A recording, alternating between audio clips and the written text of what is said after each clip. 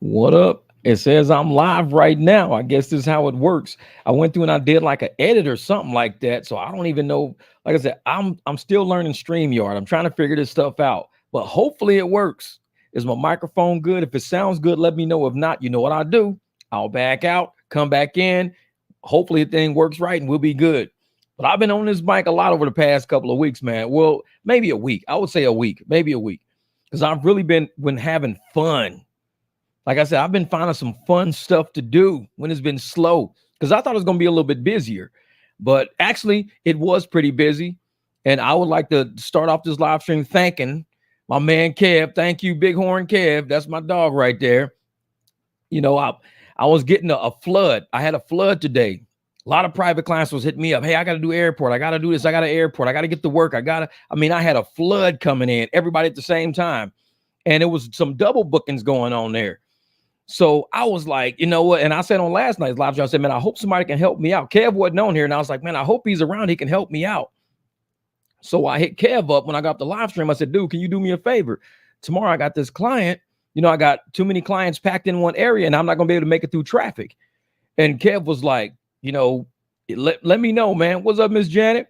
He says, let me know. So I was like, okay. So I sent him the information, the pick up and drop off, told him the time. And he was like, oh, yeah, I could do that. I could do that. I said, okay, cool. So we looked up the pricing for it, got the prices down. I let my client know, hey, my man Kev's going to come pick you up and I'll come pick you up after that. And so everything was working out perfect. It was working out perfect. I picked my client. So Kev got him to work. I showed up later, picked the guy up. And I wanted to know, you know, because Kev already told me earlier today, oh, man, it was easy. Thank you, man, so much. Thank you for that hit, man. I needed that. So I was like, you know, I said, so how was it this morning picking up Kev, whatever? How was it? And he was like, oh, man, that guy, he's awesome, man. He's great. I was like, cool, because Kev lives by him. This is the thing. Kev lives by him. I don't live by him. So he was like, oh, man, Kevin was great. He was awesome, man. Dude, he's pretty cool. I was like, yeah, that's one of my boys. I said, that's why, you know, I don't stress when I have a lot of clients hit me up at the same time. I got a team around me. And so I was like, oh, thank you, Rod X. So I got a team around me. So I don't even stress. I can book clients. I can talk to clients. I can set up rides and I don't have to worry because I got a team around me. So Kev agreed to take them today. Kev's agreeing to take them tomorrow. So Kev's got him 2 days and I'll pick him up both days. So me and Kev we're splitting the deal or whatever like that. And so I was like, man, it made my heart happy, you know, because I've been dealing with this client for 2 years. I've been dealing with this client for over 2 years. Him, his mom, his sisters, you know, getting them to airports to and from works, different interviews and stuff like that. So for him to be like, oh, man, dude was awesome. He was pretty cool. That let me know right there that if somebody's Jamil's helping with, oh, yeah, exactly. That let me know right there because Kev even lives next to him. That if anything, if I need Kev for anything and I'm overbooked or I'm doing something, that's a client that I know is very comfortable with my team, very comfortable with Kev picking him up, easy ride. And I was like, hey, you know, I was telling him, say, hey, you know, Kevin's picking you up tomorrow, right? He says, yeah. He told me, he says he's going to pick me up tomorrow too. I was like, all right, just making sure we're all on the same page, you know. He's like, oh no, dude's awesome. I like him. He's pretty cool. And that's good because I'm telling you, these people are very, very frequent users of my services. And so to have Kev around to say, you know what, I got you, man. Don't even stress that. Don't worry about it. I got you, man. I know if you're overbooked or something pops up. And it's been like this for a minute where we've been really fighting to keep clients and to get clients and to have double and triple bookings. I know, Janet, for real, it's awesome because I have no stress at all about what my team can handle out here. I could be clear across town. Somebody can call me at the last minute. I can say, hey, Kev, Jamil, Marcel, something. Bam. Right there. James, same thing. And King James was actually going to help me one night. I was at the gas station and there was a guy that needed a ride. And King James was like, oh, I'll do it. No problem. I'll do it. But the dude ended up not needing a ride after all. But he was willing to do. He's like, oh, I'll do it. No problem. No problem. So, all right, let me get all the details for it and I'll hit you right back. Same thing with Triple E, my man Eric. Same thing. Every time somebody jumps up and we're like, hey, man, you know, if you're overbooked, you triple booked, you too far away, something like that. I got like 10 people around me willing at any minute to say, you know what, if my schedule's open, I'll do it. Don't worry about it. Even we had somebody that was going across the country. Yeah, exactly, Scott. Look at the title of my live stream. Look at the title. We'll talk about that in a second. So even across the country, my team was like, you know what? We got you, man. Don't worry. Ruben, Marcel, they was like, we got you. Don't worry about it. I was, man, if you ain't out there doing ride share like this, doing ride service, surrounding yourself with a team to where people that I've dealt with for years, really good clients for years, and I got people stacking up, people landing, people flying out, people hitting me up, and these time slots are not, they're too overlapped to where all I got to do is just call somebody, be like, hey man, I got an overlapping client. Can you do me a favor? Man, no stress. What you need, man. There's not a lot of rideshare communities like that. A lot of people out there, they'd rather say, no, man, I can't take you. You have to just use Uber or use Lyft. That's what they would tell people. Just use Uber, use Lyft. I can't take you. I don't got to say that. I can say, you know what? Give me a minute. Let me organize my team real quick and see what we can do for you. Don't worry about it. My people have no stress around me. None. My clients have no stress. They know that I got them. Because even when I told him, I said, well, let me figure something out real quick. He was like, okay, no problem. As soon as I told him the arrangement, Kev's got you in the mornings and I'll get you after work. He was like, oh, perfect. No problem. No problem. He's going to cash app Kev what he owes Kev. He'll cash app me what he owes me. And it's fine. Man, it's just like that. And I'm like, that's how we do it. That's how we do it. We don't have to stress. And sometimes when you're by yourself and you got this whole city, millions of dollars, millions of rides, this whole city, one person can't do it all. We don't got to compete against each other. We compete in this game with each other, against the apps, against people that want to hold us down. We're trying to hold each other up. And that's what I love. Like you said, Tracy, that's what I love about this team. It's not about greed. I see this as opportunity. If I can secure a deal and I can feed 2 or 3 drivers off of that deal, that's all of us being able to put gas in our car, all of us being able to purchase brakes. Like today, I just went and bought new front brakes for the Expedition, like $70. So I'm going to put some brakes on this after the live stream. When the truck cools down, I'm going to take the whole assembly apart, put it together, test drive it, and see if it's just my brakes or if I need rotors. So I got to do brakes tonight. It's only 7:40. I'll be up to about 2 or 3 in the morning. But see, Robin needs a team in Lake Havasu. So I'm glad, man. I'm really glad. And that's just, I just wanted to thank Kev, like start this live stream off on a good note like that. You know what? I appreciate having a team like that. And Kev's been trusting me for a long time. I know, King James, we got you, brother. And the thing is, he actually lived in Mesa, close to where this guy was. So it was so perfect. It was perfect because I was nervous. Because I was like, man, I got to be here and then I got to get over there. I'm like, it's not going to work out. It's not going to work out. Sure enough, Kev stepped up to the plate. Thank you, brother. Appreciate that, man, because you helped me build my business like that. When you take care of my clients trust me. When you work for my clients, you're working for all of us, me, you, them. And that's just how we do it. There is no competition against each other. Hopefully they call me one day. And the fact that they're comfortable with you now. What if I get a deal in the morning that's close to me, or a deal one day that says, Jeff, this is $100 deal that you can do. And that client that you took today, Kev, the client that you took today may end up becoming your client just because of the forced situation. So my client who's already comfortable with you might turn around and become your client if somebody else slides into a position that fills up too much of my plate. So I'm glad that you took my client today. I'm so glad he was, because like I said, Skylar's like family to me, man. He's like family to me. So the fact that you took care of him, that takes care of my heart, man. I appreciate that, man. So, man, doing that. What up, Greg?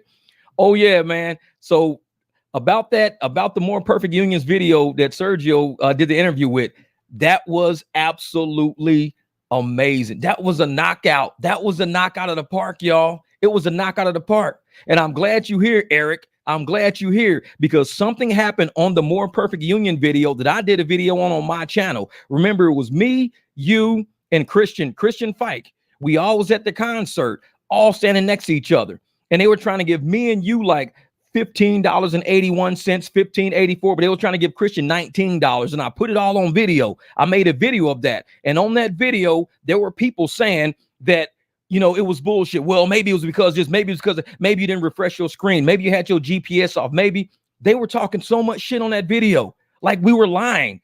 I'm standing here. You standing right there. Christian standing right there. The same thing that More Perfect Union just proved with 7 phones happened to us. And I recorded it right there. And everybody doubted us. That's why I said I feel vindicated by More Perfect Union for a channel that big and that magnificent to say this is a truth. That validates what we've been doing over at the barbecue, man. Because we've been saying this is what's going on, and everybody know it ain't, man. Y'all crazy. We were so ahead of the curve on so many things that I saw in that interview. just the way things were happening, the stuff they were saying, how they were doing it. I'm sitting there like, wow, even talking about, Sherman Antitrust. We've been digging into Sherman Antitrust over here. We have people on my channel. It just ain't got nothing to do with antitrust. I think y'all looking for something. Y'all just looking for stuff. Y'all just saying stuff. This ain't got nothing to do with antitrust. Jeff, you don't even know what antitrust is. I had to do an antitrust video for people because everybody was doubting the barbecue. They doubting the 300. We sitting there saying all the stuff that they said. So when More Perfect Union dropped that video, man, that made my heart just explode to sit and watch that video. Man, I was loving it, man. Yep. Like the clip about the surge on the phone. Exactly. And I was telling Juan Vargas them about that. The fact that the surge is not on your phone, on your Android, but it's actually in your car on your monitor. You can see the surge on your monitor, but your phone is still gray. That right there is going to be the next one right there. Why are they graying out our phones with surge, but they're showing it on our head units in our vehicles? What type of algorithm is that? What type of app are they doing that with? So man, I know, and exactly the FTC. And I did a video about the head of the FTC, how she outlawed the non-compete agreements. I did that video. I'm telling you, the barbecue is ahead of a lot. And the fact that More Perfect Union, who is a large, massive channel, they not going to put out no bullshit. I'm going to tell you that right off the bat. They not putting out no bullshit. And so for them to put out that video, they dropped today, that video deserves 5 million views. I hope every rider out there sees it. Every driver sees it. Every company, every NENT company dealing with these people see it. I hope everybody in America sees that video. That's the 5 million video. I know our videos only get, 2,000, 3,000, 4,000. But our truth is what it's always been. And we've had doubters on this channel telling us we full of shit. And so when it dropped on More Perfect Union, that's when I was like, that's what I'm talking about, man. They're willing to stand up and tell the truth to everybody's face. We've been standing up telling the truth. Man, you guys are brave. Y'all gonna get kicked off the platform. Y'all gonna get deactivated. Y'all gonna get this. Y'all gonna get that. And I'm like, I don't care. The truth has to come out. I don't care. Oh, they ain't gonna give you no rise, Jeff. I don't care. The truth got to come out. I'll take the punch. I said it right. Man, I'm standing in front. I'll take it. But for it to come out on More Perfect Union, I'm just like, wow, that blew me. That video blew me away. 7 drivers, and they had all of them doing the exact same thing. Me, Christian, and Eric was doing, standing in that parking lot over at Westgate, and we sitting there like, dude, look at this shit. He's getting $4 more than us, and I'm getting 4 cents less than you. And I mean, this shit was all over the place, and they kept doing it with all different rides. And everybody was saying, well, it's because you didn't refresh your screen. Oh, you probably didn't update your app, Jeff. Oh, you didn't do this.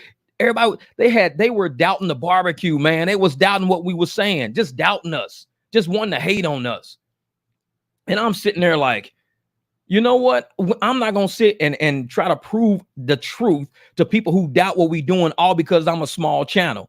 We got to move forward. So we've been moving forward. We've been talking about business licenses, cash rides, non-compete agreements, going out, starting your own business, getting bit. We've moved past that shit.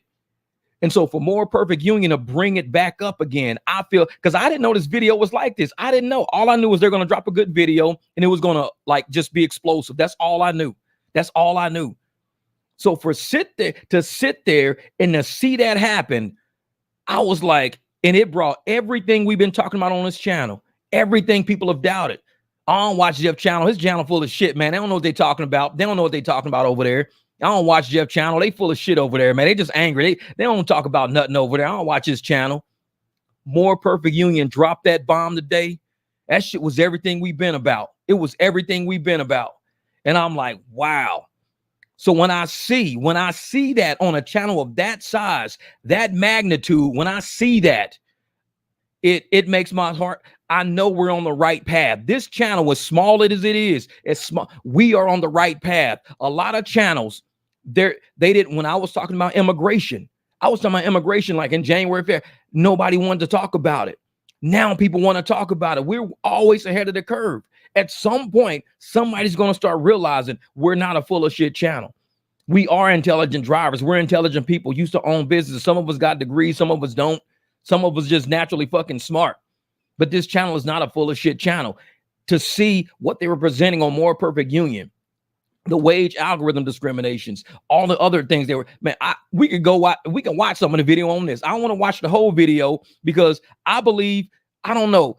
And y'all know how usually I'll watch clips. I'll watch clips of other people's videos on my video. I've done it to More Perfect Union before too, but it's something about this video that's so special. It's like, I don't want to mess up a masterpiece, man. I don't want to fuck with that video. But I think I'm gonna show some of it over here. But that was a masterpiece video, and I'm so glad it dropped. It's gonna go super viral. It needs to. It just needs to, man.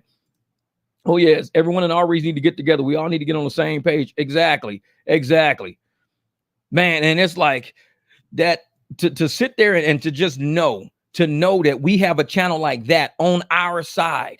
On our side. This is the side the barbecue's been on. We've been arguing and fighting against Uber and Lyft. We've been saying they full of shit. They criminal. They're violating. They're this and that. And to see all these professionals, all these channels, all these people, everybody in the comments right now, all the 300, all the barbecue, everybody. This is what we have been on over here, and we've been called out of pocket. We've been called out of line, not knowing what we talking about. This ain't got nothing to do with antitrust, Jeff. You don't know what you're talking about. You guys need to follow the terms of services. The apps are doing this. You know, the apps ain't doing nothing wrong. Y'all the ones doing it wrong.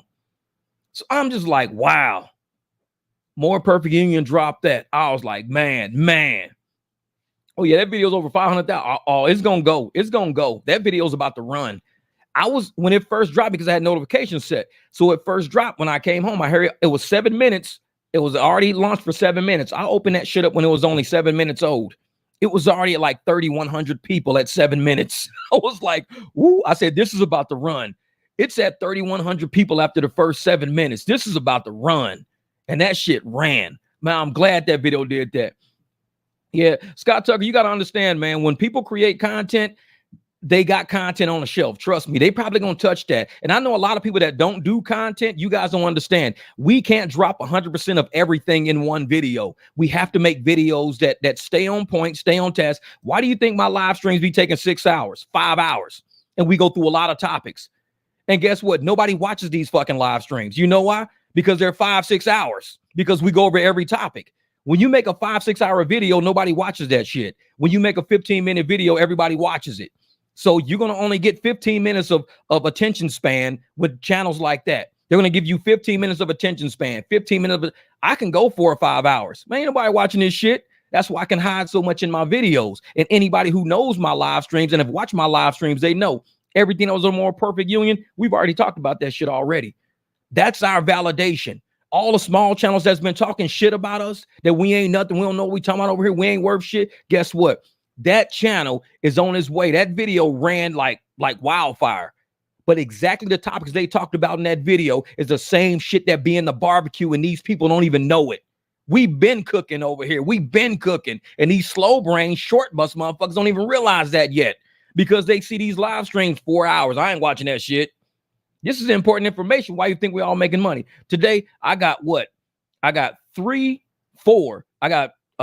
square payments and 1 Cash App today. And I only did like what, 3 rides. That's it. I'm sending invoices and people just, they pay the invoice real quick. I sent an invoice for one of my clients that flew out this morning. I sent an invoice for his return trip. He already paid it already. He paid that shit this morning. I was like, damn, that's what's up. This is what we do over here. We talk money. We talk business. All the shit that we doing, man. Oh, yeah, Jeff, that's exactly what I was thinking about when I see that video. Jeff, you already talked about it, Jeff. Bro, we cook over here. We cook over here. We have no fear. We're not one of them channels that gonna sit around all day. You need to stay on the terms of service and make sure you have commercial insurance and make sure you do this and you don't want to be, man, we keep it real over here. We drop that shit over here. So for More Perfect Union to do that, I'll thank you, Greg. I appreciate it, brother.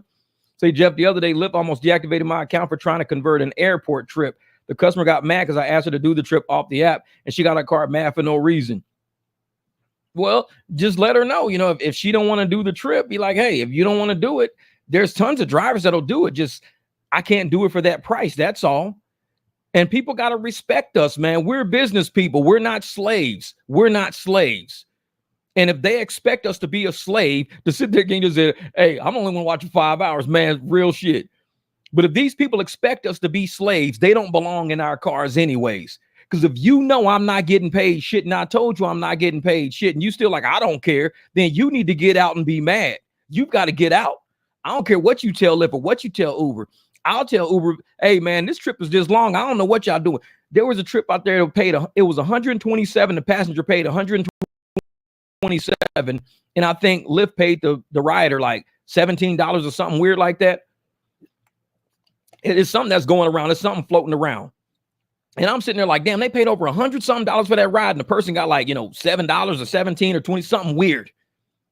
I would call the app myself and be like, are y'all out y'all fucking mind? I'm like, you know how much you just charged this person for this ride? Yeah, well, they're willing to pay it. Yeah, because they thinking I'm getting it. I'm going to tell them how much I'm really getting. If y'all going to do this shit, I'm going to tell them how much I'm getting. And I'm going to let them know who y'all really are. I let the apps call me. Please call me so we can have this discussion. Let you know we ain't some idiot slaves out here driving around. We ain't doing that. My man, time to wake up, my brother. Here to shout out Mr. Jeff Watts. This man has been ahead of the curve for a long time. He deserves his flowers. This man is the truth, 100 respect. Thank you, my man. Time to wake up. TTWU. That's what we talking about, my brother. Time to wake up. Yeah, but Greg, man, don't stress about that, Greg. Don't stress about it, brother.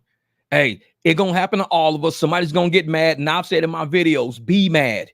If you know I'm getting underpaid and you don't care, you've got to get out. Sorry.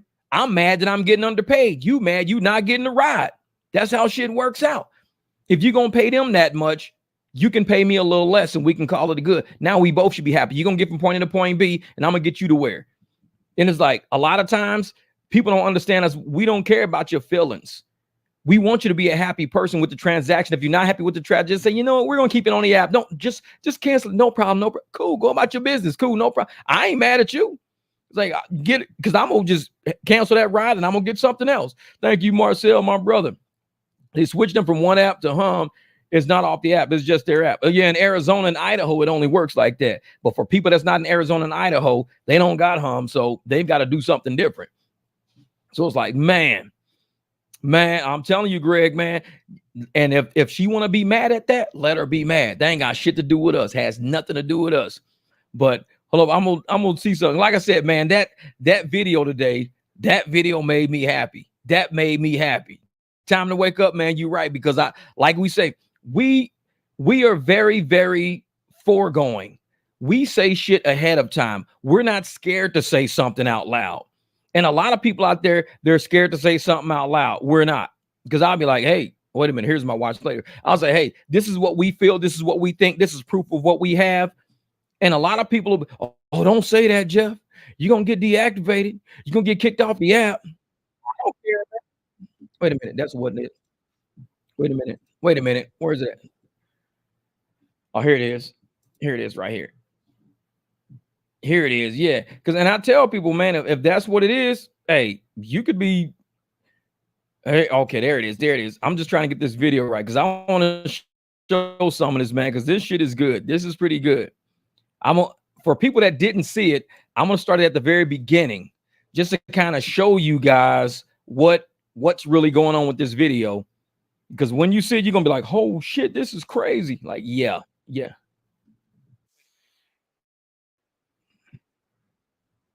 What the hell? Yeah, let me back that up some. All right, let me go back over here. All right, cool. Man.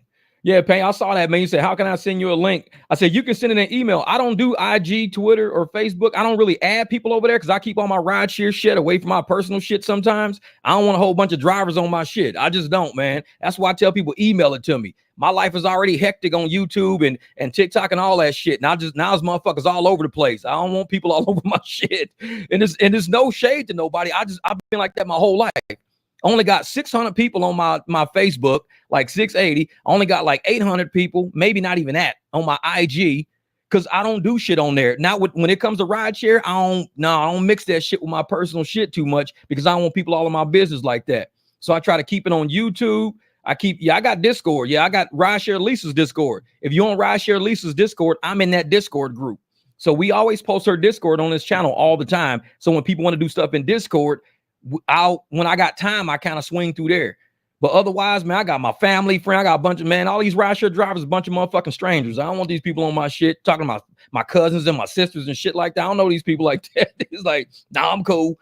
It's like, so it's a few drivers that I know personally Then I know them. They're on my Facebook. I know them personally. I know their family and stuff like that. We've been knowing each other for a long time, but I just don't put my shit out there. That's not my Facebook page is not a rideshare page. Yeah. I'm telling you, bro, you get it, man. You get it. Cause it be haters, man. These fucking haters get on there and they try to talk shit to my circle and people that I know and stuff like that. I don't know people like that. It'd be somebody like you might be cool as hell. You cool, but somebody else might see me like, oh man, hey, I'm a Pain Wins friend. You know, they get in. They see me chatting with somebody online. They'll start, hey, you know, Jeff did talking shit about me like they know me or something, but they don't even know me. And they're like, hey, Jeff, man, some rider was fucking hitting me up talking shit about you yesterday. So I don't put people on my personal shit because it's some nuts out there, man. Like Chicago motherfucker. There's some nutty ass people out there. It's like, man, I don't fuck with them people.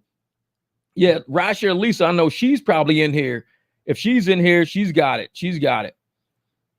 Because she usually drops it in here. Oh, man. I don't know. She's got to be in here somewhere. Rasha Lisa usually comes and drops it. But yeah, I'm gonna show this because a lot of people haven't seen the video that I'm talking about. They haven't seen this right here. Y'all, they haven't seen this. It's we put 7 drivers in one room. What we found will shock you. This right here, this video is sitting at, let me see. Okay, this thing is moving slow as shit. 704,000 in 9 hours. Almost 1 million views. Almost 1 million views of this video. This is crazy. This is crazy. And like I said, I feel vindicated because a lot of drivers out there said we wasn't doing nothing but just talking shit. We didn't know. We need to update our apps. We need to stop acting like this. Stop putting out bad stuff about Uber and Lyft, all because we just hate Uber and Lyft, and none of this shit is true. More Perfect Union came through. More Perfect Union came through for all of us at the barbecue. All of us in at 300 knew exactly what we were talking about. What's up, Tamika? We knew exactly what we was talking about. Exactly what we was talking about. And I'm like, man. Payne said, hey, my phone. I know, brother. Let me play some of this video. This is how it started right here. This is good. This is real good. Why does Uber win? Well, because it's Sergio in their favor, right? Sergio's in 2023, a law professor published a paper with shocking implications. Her research found that tech firms like Uber and Lyft were using secret algorithms to dictate what drivers earn based on factors we can't even see. She called it algorithmic wage discrimination. And this technology or revolution isn't restricted to rideshare companies. Once that technology is in there, they can raise prices. On a hot summer day, you know, I want a lot of ice cream, I want lemonade. They're running low, they can raise the price. The price of milk, even your paycheck, the very fabric of our economy, all controlled by invisible and unaccountable algorithms. Yep. So about a year ago, we just did a video talking about how Uber started with their algorithms and how they were saying exactly, Sergio, he's doing his thing out there. And we were saying how a lot of the algorithms when they first started were to help drivers commit crimes. That's how it first started. They were setting programs and certain algorithms that help drivers commit crimes to work them into communities so they could actually do rideshare in places that rideshare was illegal. So Uber and Lyft started out as criminal organizations coming in, doing crime, knowing they were committing crimes in the states that were doing rideshare in, trying to evade authorities, evade law enforcement, and they were making drivers do this stuff. They were basically running RICO. Like I said in my last video, it was like the RICO Act. They were racketeering, and they were using us to commit the crimes by sending us the instructions, knowing it was illegal, but saying, hey, go do this for us to make this money. That's no different than saying, hey, Jeff, go over here and sell this cocaine for me real quick. I'm going to give you a cut of it. It's no different. When you send somebody out to go commit a crime and you know it's a crime, that's a violation of RICO. I've said that in videos before. And exactly, racketeering, time to wake up, man. And I sat there and I did a whole video on racketeering and what racketeering is and how it is. I did that video a long time ago. And just like I'm telling you, man, I don't think you understand how happy I'm about More Perfect Union dropping this video. I don't even think y'all understand how happy, because it's not that we feel like we're going crazy, but it feels like we're talking to brick walls. It's not that we were talking to brick walls. We were talking to unintelligent people. Who just said that? Dumb people. Greg said that. Dumb people, man. We were talking to unintelligent people who didn't understand that we knew what was going on. We knew the game, and we knew that there were criminals running this game. And to talk to people like that on my YouTube channel, and for them to call us liars and bullshitters, and we just mad and we're just upset and we too emotional and we're grifters and we're this and that. More Perfect Union has vindicated every member of the 300. Everybody at the barbecue have vindicated us, man. More Perfect Union stood up. Sergio and Sergio got the ball rolling. Let's not get this shit right. I'm gonna show you how Sergio got the ball rolling. This is an email from Eric Gardner. This is an email from Eric Gardner right here, but Sergio's coming up. Started reaching out to the companies. They largely denied it, only to contradict themselves a few months later. Then I reached out to the academics, and one of the frustrating things was that the evidence seemed to be in the shadows. A single study, a hint in an earnings call, a story from a driver. It was mostly theoretical. Yep. Until a few months ago, when I got an email from a guy. I'd published a video that argued Uber's newfound profitability came at the expense of drivers and riders. He said, we were at the tip of the iceberg. This is Sergio's email right here. Sergio emailed him on the 29th, May the 29th, 2024. Let me back this up some so we can kind of see it. Wait a minute. Here it is right here. Yeah, Sergio emailed this guy May the 29th, 2024. Wait a minute. Damn it. I think I went because I want people to see this. The iceberg. So I called him. When I got an email from a guy. I'd published a video that argued Uber's newfound profitability came at the expense of drivers and riders. He said, right we there, were at the tip. May the 29th, 10:49 p.m. Sergio was up at night. Sergio sent that email at 10:49 p.m. I'm telling you right now, man, this guy works in the shadows. He's watching everybody. He's watching my videos, everybody's videos. He's watching it. And he's sending information to important people. When he sent this to More Perfect Union, I'm like, wow. Because I looked at the time frame. I'm like, this mother, he didn't send this shit at no 10 a.m., no 1 p.m. when he just had a spare. He was up in the middle of the night, almost midnight. He's concocting emails, he's thinking. Sergio's brain is working. He's up damn near midnight. And he's like, man, we got to get this shit out. We got to get this out. When you got that's like me when I'm running my live streams forever. I do this shit for y'all, man. I fight for y'all, and I appreciate the support. Because even when me and Sergio are texting back and forth about shit, and me and him may have a disagreement about something, it's always respect. We can say, we can agree to disagree. We cool with that. And to have differences in the same room makes us stronger. Yeah, Sergio's one of us, man. And it makes us all stronger.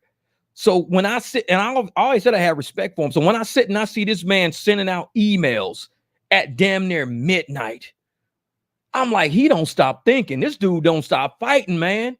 Ain't nobody up at midnight. People up at midnight trying to catch Serge. These motherfuckers up at midnight parking by dumpsters, getting carjacked and shit in minivans. That's what they doing at midnight. Talking about we ain't working. We ain't making no money. We don't know what we doing. This video, the last video More Perfect Union dropped, I think it had like 116,000 views at a time, 116,000 or something weird like that when it hit. But this one is going viral because a lot of drivers doubted it. And we know they doubted it because they doubted it when we were saying it. They didn't believe us when we were saying it. Now everybody's saying we agree. Even the people that doubted it at first now know they got professionals. They got solid people. You've got people like Sergio who's been in the game forever. 7 drivers, all of them are agreeing on things.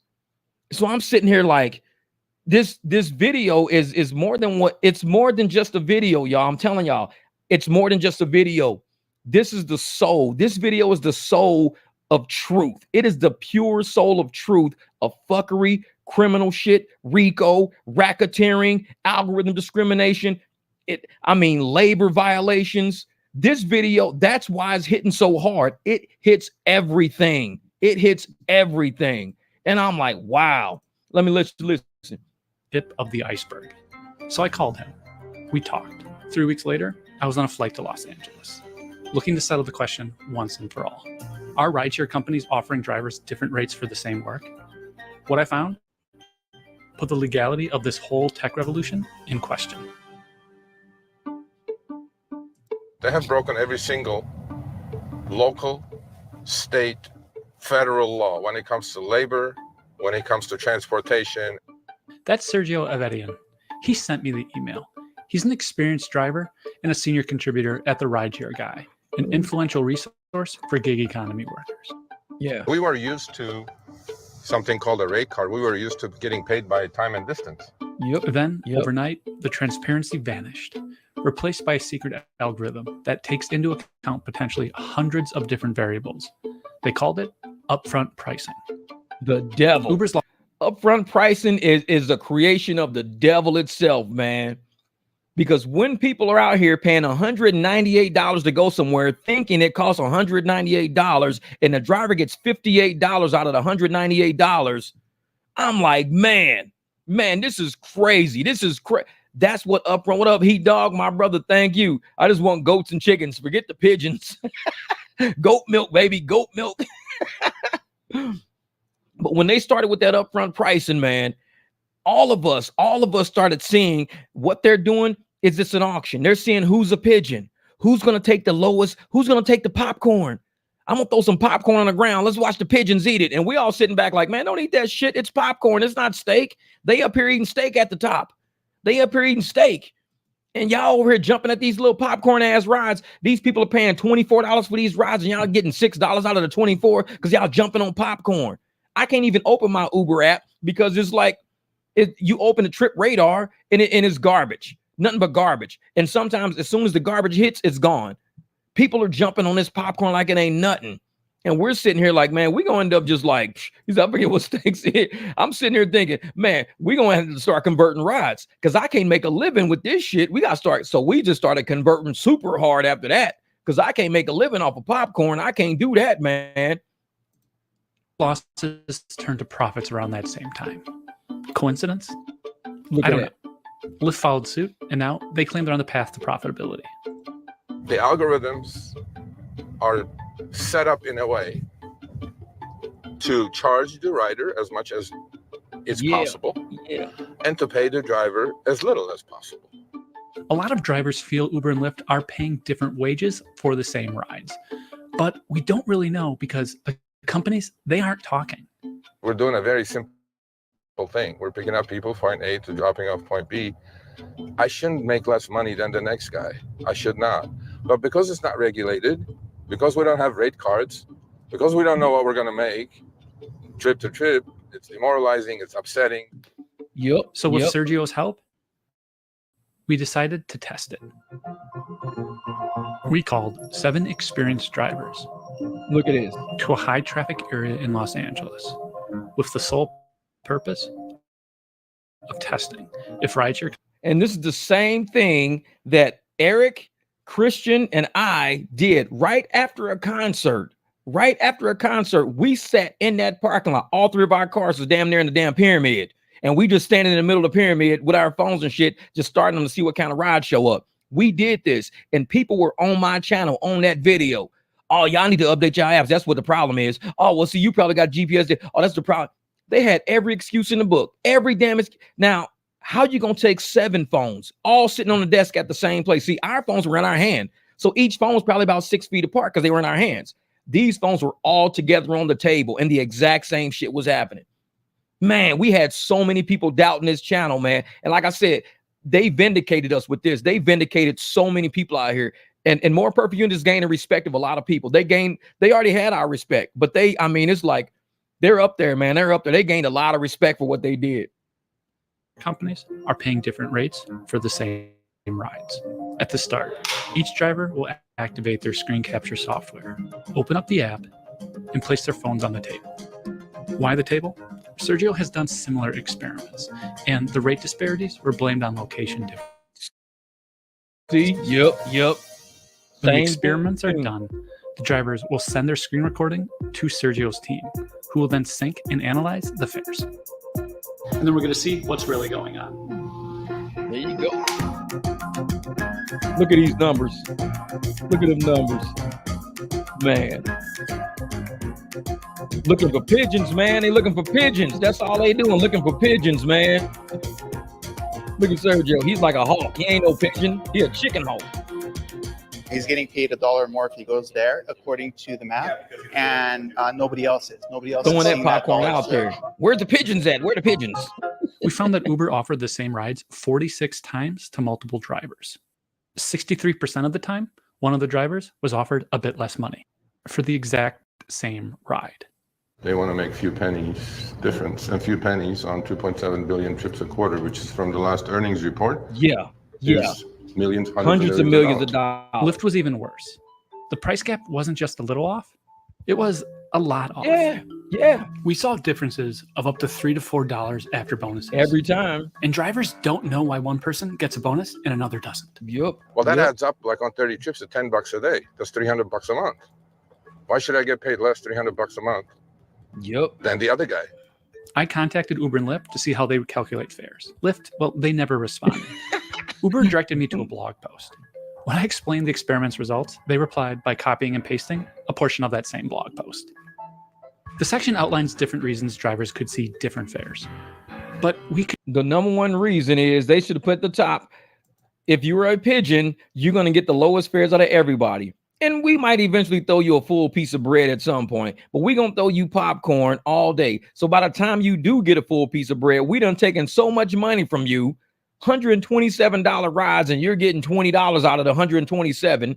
I even put a video of a $900 ride, $900 NEMT ride, and the guy got $300. It was $963, and he got $300 out of the $963 because they said $300 was the max. If $300 is the max, if you know $300 is the max that you can pay on your app, why would you charge somebody $963? Because you want to screw them. That's why. You should say the max we can charge anybody on this app is X amount of dollars because the max we can pay a driver is $300. So the most we can pay is $300 plus 30% because of our 30% or whatever we want to take off the top. That's the most we can charge. So we can charge you $390, $400 maybe. They charge this motherfucker $963. $963. I'm like, wow. And the most you're going to give a driver is $300 out of that. Man, and this is why we drive the way we do. This is why we go out and we create our own surge. controlled for everything that we could. We called the drivers to the same space, placed their phones inches apart, had drivers monitoring incoming promotions, and constantly refreshing their screen. Refreshing our screen. The only thing we didn't account for was any secret test Uber could have been running at the time. Which we couldn't because the fare algorithm is secret and the test is secret. There's a whole lot. And we already know that Uber is already that whole gray ball thing. So everybody who's not heard about gray ball on, Super Pumped or, saw it on different things. I did a video about gray ball, how they can go and set programs within programs to alleviate certain things, to even throw ghost cars out there. So they can throw ghost cars out, which means they can take cars away. I did a video on my Lyft showing I had a surge on Lyft and they wouldn't even put my car on the map. They had all other Lyft cars around me, but my car wasn't on the map. I did a video on it. As soon as I used that surge, my car started showing up on the app now. Now you see the blue dot and you see the blue dot on top of my car. At first, all you would see is the blue dot, but you wouldn't see my car because I would open the passenger app. It shows the blue dot, but there's no car by my blue dot. On my app, it shows the arrow. It shows where I am on my driver app. But on my passenger app, it should have showed blue dot with the car. They have the power to do this. And I'm glad that More Perfect Human is pointing out the power they have using computers. And one lady said, even if you have wage discrimination in the algorithm, it's still illegal. It shouldn't be legal just because the computer's doing it. The questions here, like mainly, is this legal? And there's no laws against algorithmic whip. That article I mentioned at the start suggests that Uber denies this, but their own research reveals a glaring disparity. Women drivers earn 7% less than men. Potentially due to algorithmic wage setting. Yep. But see, women. But there's an argument that the entire business model is illegal. Well, I believe the whole business model is legal. But I tell women like this, just like I told Jamie when we had dinner with Jamie the other day, women can make more money on private than they can working for these apps because more women have a hard time giving a man money. So me being the male driver, A woman like, I ain't giving him no money. I don't get no man money. I don't pay men. I don't be giving men no money. That's how a lot of women think. Not all women, but a lot of women think like that. I ain't paying no man no money. I'm giving his ass $15. I ain't paying him no $40. But yet a woman, it might be stuttering. They might be kind of screwing you up. So women like to empower women by paying women, but also men like to give women money. Women who do private rides make a killing. Once you're a woman and you have your private client base, you're going to make a killing because you cover all bases. And that's why I think Uber wanted that Uber One, not to help out riders, but to take advantage of women. Because if you got Uber One and you got women paying, you can have a woman trapped into saying, well, I'm not getting a bunch of rides. I only get rides from women who choose women. And Uber can say, well, we hold your car available in case somebody uses Women Plus or whatever. So it's like, so you're not going to give me any rides? No, we'll wait till somebody uses Women Plus and then we'll give you a ride. So they can throttle that woman down, pretending that they're going to pay her. So they're going to create a pigeon. When she finally gets a ride, she's going to take it because she's a pigeon. She's going to like, oh shit, I'm finally getting a ride. Man, it's $9 for 13 miles. I got to take it. $9 for 13 miles. I'm like, for 13 miles, you better be paying me almost like $30 for that, because I know you're charging like $4 a mile. So you charging these people like $52 for this ride, but you giving people $9, $10 for it. I'm telling you, man. Yeah, a lot of women on Jink. Thankfully, all the ones on this channel do. Oh yeah, we got a lot of private driver women around here, man. A lot of them, and we all meet up and we talk and we come up with business plans and stuff like that. And that's one thing about this channel that makes it different. These women over here, they have no fear of making money. These are business women over here, no fear of making money. Man walks up to the car, a group of guys like, yeah, you know, they ain't trying to, hey, I don't know how much you guys paid, but I'll do this ride for $45. Really? Shit, we just paid $60 for this ride. You do it for $45, we'll give you $50. Hey, could you stop by this store? We'll throw an extra $20 on there.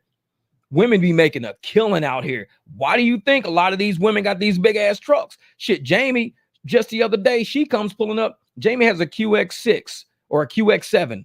She's got a QX7, an Infiniti. Got that parked at the house. She's going to sell that. She comes pulling up in a big ass Escalade, big black long Escalade now.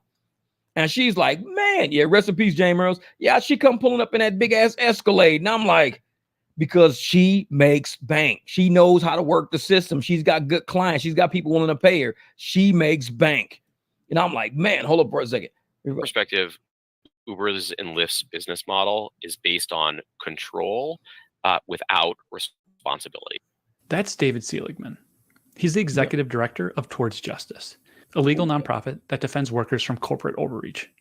In 2022, the organization helped lead a lawsuit on behalf of 3 rideshare drivers. The lawsuit says if you are not an employer subject to and accountable to your workers under the labor laws, then you are powerful firms that are abusing your power under state antitrust, competition law, and unfair and deceptive acts and practices laws.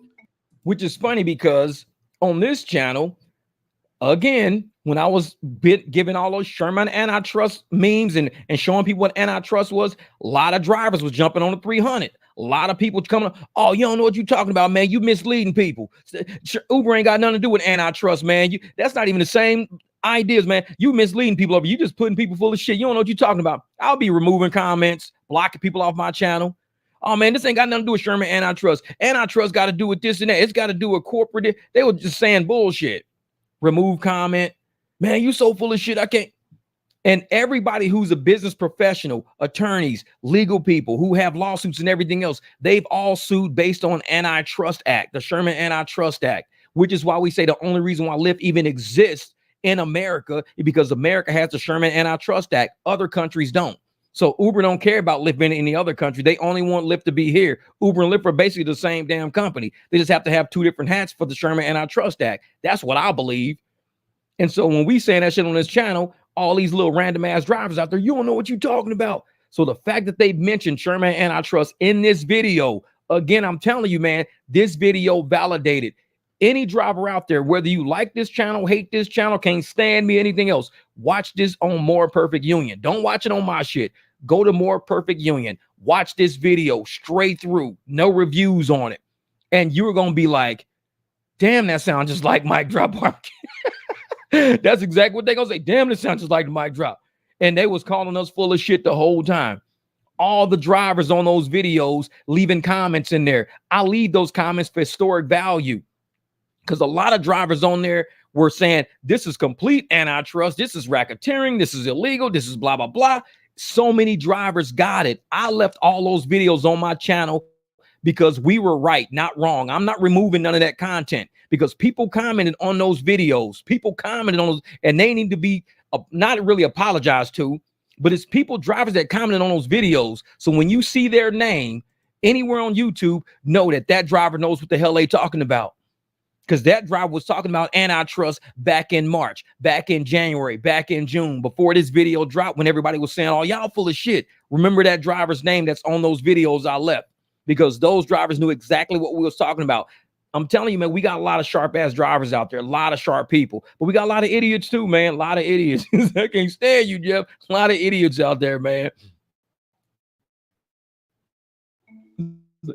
David is describing the cognitive dissonance rideshare operators have when classifying drivers. They want to have it both ways.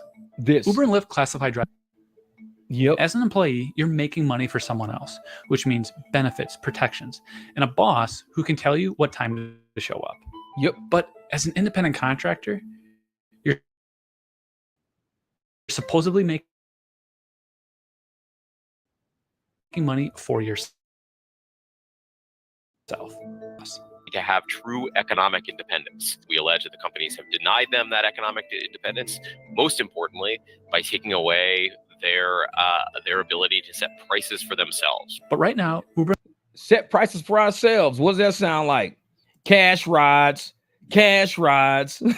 Greg, Greg, you stupid. Hey, why you stop ignoring me? Remember that comment? Yeah, exactly. I'm gonna leave your page. That shit's funny as hell. He was fucking pissing me off. That shit, man. Because we be going. Because we were having a good live stream. Oh, shit's on my. We were having a good live stream, and he started hitting me with that shit, man. Stop hitting me with that shit, man. He's validated and vindicated, but that won't stop the haters. Nope, it won't. It won't. And it's for every driver.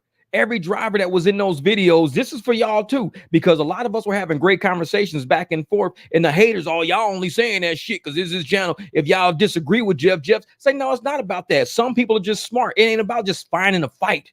It ain't just going around the internet finding a fight. But that's what those motherfuckers was doing. They was looking for a fight, coming to my channel looking for a fight. I just go and disagree with him. I don't know what the hell I'm talking about, but I'm just going to disagree with whatever he's saying. I'm going to say, Jeff, you wrong. This shit ain't got nothing to do with antitrust. This ain't got shit to do with independent contractor. Y'all employees, because y'all sign a contract. Once you sign a contract, and I'm just like, what the fuck, man? And right now, this dude's talking about setting our own prices. Conversions.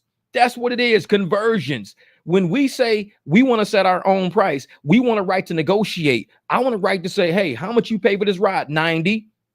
Okay, then if you do 90, then I'll do this ride for, 75, 80. Really? Yeah, because all I'm really getting on this ride is $37. That's really what I'm getting. But I'll do it for $80. Oh, well, shit. Yeah, and you ain't even got to tip me.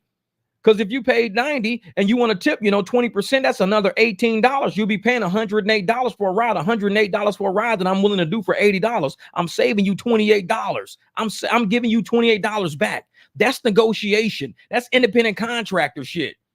And I'm sitting there like, man, exactly, Fantasy. That's what that was. And I'm sitting there like, we're independent contractors. We have a right. That's why I sit up here all the time. I tell people I'm converting rides. I got clients I got to deal with. I got people hit me up on my phone, this and that. I say that shit on video with no shame at all. If you want to violate the Antitrust Act, then you kill competition. You get rid of me saying, well, Jeff's competing with us. Sorry, Sherman Antitrust Act, which says since you classify me as an independent contractor, I have a right to have a competitive agreement with somebody as far as talking about a negotiation or a transaction. You're not my employer, so I don't have to take what you're offering me. You offer me something, I can counter offer back. That's what independent contractors do. We counter offer back. And the fact that they won't let us counter offer back without saying, oh, well, we're going to deactivate you since you're making counter offers back. Why am I not an independent contractor? Oh, you are, but wait a minute. So you criminals coming to our neighborhood doing crime, using us to commit the crimes, RICO Act, because when you use people to commit a crime and you send people out to go commit a crime, knowing you're sending people out to commit a crime, that's a violation of the RICO Act. So Uber and Lyft have been violating the RICO Act willfully, setting algorithms and programs to violate crimes and laws that they know exist on the books of certain states. Therefore, you guys are in violation of the RICO Act. Look it up. And I did a video on it. And when people start, oh man, you getting too deep in this shit, Jeff, this ain't RICO. Trust me, if Trump gets in office, and that's why Tony West ass is sitting over at the DNC right now. Tony West ass ran over there because he know we know RICO is existing right now within these technological apps and all this shit. Mark Zuckerberg came out and already said the government's involved in our business. The government's involved in tech. So if the government's involved in tech, as far as Facebook and social media, you don't think the government's involved in this tech of what we're doing right now? You don't think the government's involved? Oh, we know the government's involved. Why do you think Tony West is sitting up at the Democratic conventions? Uber and Lyft set prices for riders and wages for drivers to maximize one thing: their own profits. Drivers are left out. Uber and Lyft are saying we're not one company, right? We're just a platform, and all of our drivers are independent business people. Under our antitrust laws, they need to have the economic independence to set their own. That's what prices. we do. We heard something similar at our roundtable discussion after the experiment. Every participant wanted to be an independent contractor. They like the freedom. They also want Uber and Lyft to treat them like actual independent contractors. When I don't have a control over the pricing and you keep calling me an independent contractor, there's something very wrong with that picture. And for drivers dependent on the rideshare platforms to make a living, it's hard when you're making under minimum wage. Especially for people that do this full time. In California, they're working 70 to 80 hours just to put food on the table. Yep. Which is really, really Pigeons, man. If you look at who's on the board of both of these companies, it tells you that we have nobody on our side, right? When the general counsel of Uber is Tony West and he's the brother-in-law of Kamala Harris, then it tells you that these companies are tight with government. Why does now? I've done about two main videos on Tony West, and I've done a lot of auxiliary videos on him, some stuff here, some stuff there. So for More Perfect Union to allow the drivers to bring up Tony West, to put this in everybody's face, who Tony West is, for More Perfect, understand the magnitude of this video, y'all. Everything in this video we have discussed on this channel, and people have doubted this channel. People have talked shit about the drivers on this channel. People have said we're too small. We don't know what we're talking about. Our brains are too little. We don't know what we're doing.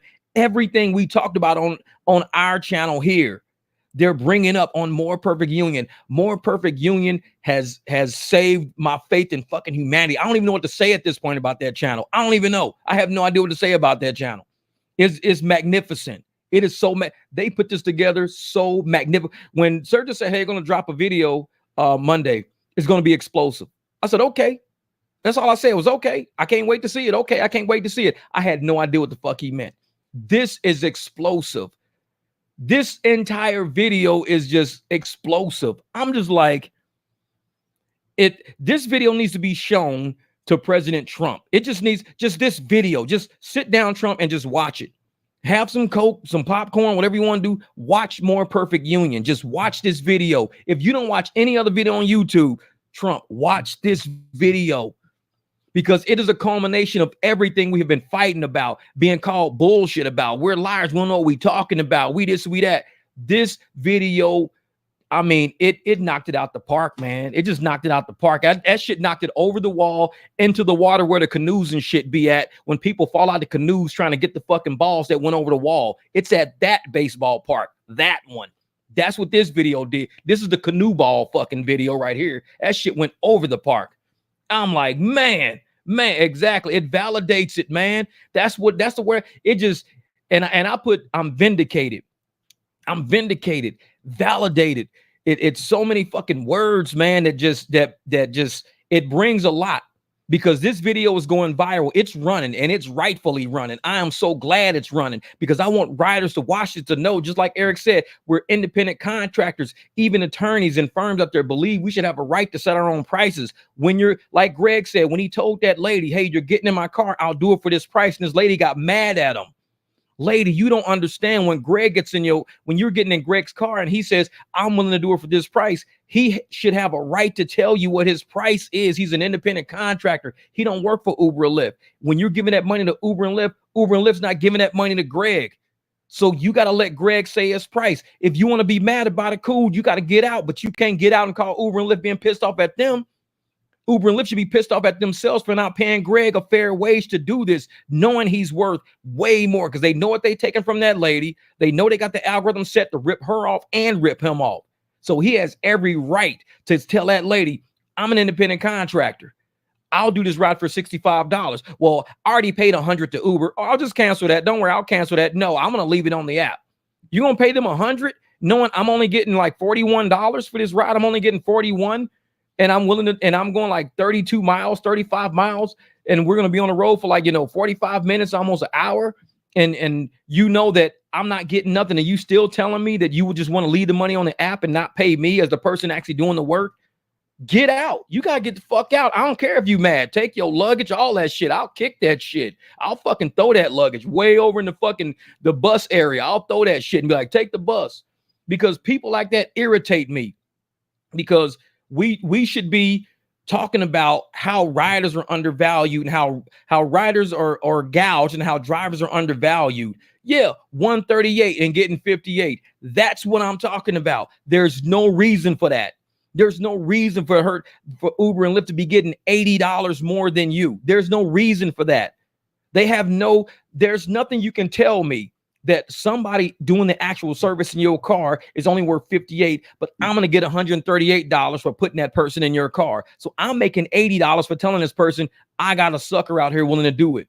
No, we can't do that. We can't do that. I'm sorry. And like I said, watching this video, man, everything they're talking about in this video, it brings joy to my heart because it's such a massive video. Yeah, rideshare professor's talking about it too.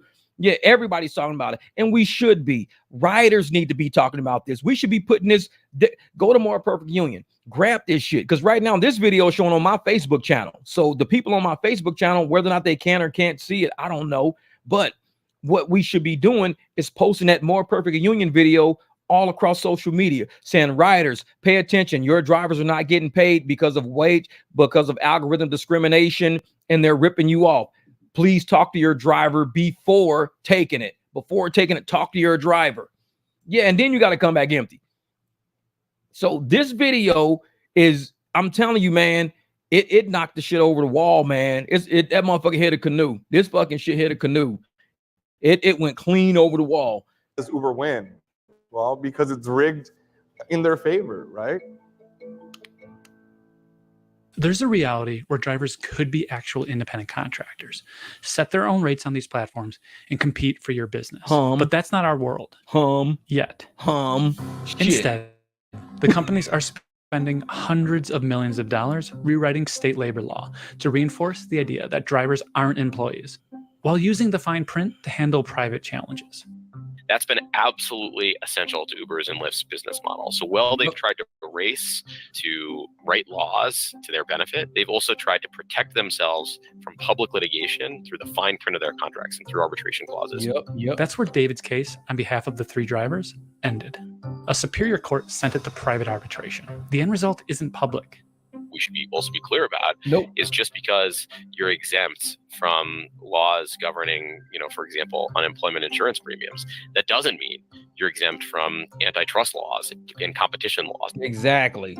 Federal and state enforcers aren't subject to forced arbitration agreements. They can investigate and bring enforcement actions against these rideshare companies. It's likely of state competition law, especially in states like California, that prohibit vertical price fixing. So the California Attorney General's office will be in a prime position. And we talk about that a lot on the channel too, price fixing. The fact that we know what these people are paying, and it shouldn't be fixed. We should have a right, especially if our shit is so low. I'm getting $4 Excel. I'm getting $4 Excel rides, and these people are paying $19 for an Excel. So they're paying $19 for an Excel, and I'm getting $4 for the Excel. It shouldn't be fixed because I'm the one doing the ride. This is the person paying. We should have a right to talk because I'm an independent contractor. Excuse me. If I was an employee, that's different. If I was an employee, I wouldn't have a right to talk because my employer has already agreed to pay me X amount of dollars per hour, and I've agreed to be the employee in exchange for benefits, retirement, stock options, whatever the hell else is out there. But because I'm an independent contractor and I got to pay for all of that myself, I got to pay for my own health insurance, my own retirement. Hope you're watching Sergio's channel. My own retirement. I got to pay for my own auto repairs, my own car insurance. I'm independent, so I need the money. The money you're taking away from this rider for the service this rider is doing, you say, hey, $100 is the cost of this service. Okay, I'll give you $100 for the cost of this service, but you're giving me $41. Then $100 is not the cost of that service. You need to tell this rider, we're charging you $100, but the driver's only getting $41. And you will see why you're getting a busted ass car. Now you'll see why you're getting a busted car. Why the car's leaking transmission fluid. Why it's leaking coolant out the front and shit. Why you got smoke coming out the tailpipe. Because we're not getting the money you're paying. The only way we're going to get a fair amount is if we have a right to negotiate. The algorithm is not set to benefit us. The algorithm is not set to enrich us. It's set to enrich the people who control the algorithm. So I'm sitting there going, nah, I'm not going to do it for that price. This is what I'll do. I'm going to give you my card. I'll do it for this price. You can pay me Cash App, Venmo, Zelle, straight cash. This is what we can do. You can pay me on Square. This is what we can do. And if they say, okay, that'll work, then we're going to do the deal. We'll do the deal. Because like I said, let me see, where am I at? Like today, this is what I'll show you. Like today, this is real. This is what I did earlier today. Because I tell people, man, when I leave my house and I'm out there fighting for this money, this is what I'm trying to do. And this was just today right here. Oh, thank you. Hope in the Desert. And today I got a 60, a 60, and a 70. So from 8:36, I did a ride at 8:36, 8:36 and 8:37. So that was and I picked them up at like almost 8. So that was about 30 minutes right there. Got that out the way. Oh, you can't even see it. Fuck it. But then after that, I had another one. So when I sent my invoice in, finally paid that at 12:46. That was $70. And this is and then when I was dropping him off, he says, oh, forgot to tell you, Friday, you're picking up my wife and my son, and you'll be picking us up again on Sunday. They fly out Friday. You're picking them up because only he flew out today. So Friday, I got to pick up the wife and the son. And then Monday, I'm picking all of them up to take them back. And so this is how it works. This is how it should work as an independent business. We should be certain ways. We can talk to these riders. Do you need another ride? Yeah, I need another ride. Cool, no problem. When you come back in town, here's my card. Hit me up. Perfect. Uber would rather these people deal with Turo people and stuff like that versus dealing with us. That's why they're getting rid of us and getting Turo. Hoping it does. Hey, I was waiting for your reaction to this. Absolutely have to push this. I'm definitely reacting to this video tomorrow. Keep it in the algorithm. Keep messaging going, brother. Please do. Please do. Hope in the Desert. This right here, this video right here is the one.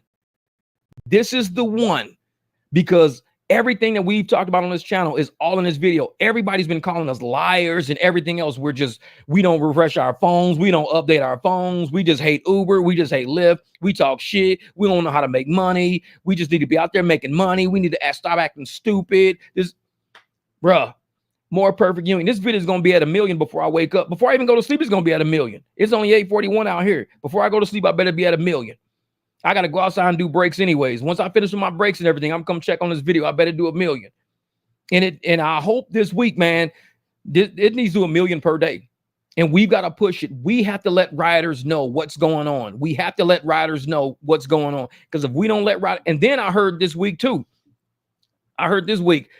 customers, Heat Dog, thank you for saying that. Do customers get a fee if the drivers now cancel the ride? Somebody told me what Uber is doing now is they're charging the customer a cancellation fee if the driver cancels the ride, because they're trying to fight against drivers being independent contractors and stating what we feel we're worth. So, oh yeah, please do. and say, you know what, if you don't look at any other videos this year, please look at this one, Trump. That's all we saying. Just look at this one and know what Tony West's little raggedy ass is doing. Oh yeah, it's crazy. Somebody told me that Uber is now charging the passengers a cancel fee if the driver cancels the ride. I'm like, that's illegal. You can't charge the passenger a fee if they cancel the ride. That's like you charging somebody sit down to eat dinner and a waiter says, hey, you know what? I'm about to head to the house, man. I'm actually off the clock right now. And they leave. So now you're going to charge these passengers for the fact that this person left. You're going to say, okay, we're going to charge you $9 because the waiter's leaving. What you mean the waiter's leaving? You charge me $9. I ain't got shit to do with that waiter. Just like with a driver. These passengers ain't got shit to do with us if we cancel. We have a right to cancel. We're independent contractors. Look at that. 770,000. Man, 770,000. This video was running. I'm telling you, man, this was a great video. It was a great video. Let me wrap this up. Then hold up. See what they got to say. But this issue of algorithms Just at the beginning stages of what it feels like a battle between the common folk and then that managerial class and upwards. There's credible reporting that Walmart, Amazon, and McDonald's are all experimenting with the technology. Oh yeah, those companies employ over 3 million people. In July, the FTC announced it was investigating surveillance pricing. That's the practice of companies using complex algorithms and untold data points to offer personalized pricing. The fear is that prices for something like children's Tylenol will suddenly skyrocket across major online stores just because you typed infant fever into Google. Why? Because retailers know you're desperate. The FTC is investigating Walmart, Amazon, and the leading technology vendors. Oh yeah. We need to do the same thing, but for wages. The power of these giants lies in their ability to keep everyone, consumers, drivers, regulators, blindfolded. They're backed by billions of dollars worth of sophisticated algorithms and legal gymnastics, leaving us to fight in the dark. Maybe there's an innocent explanation to our fair experiment, but we won't know until the federal government shines a light. Exactly. Man, that was a good video.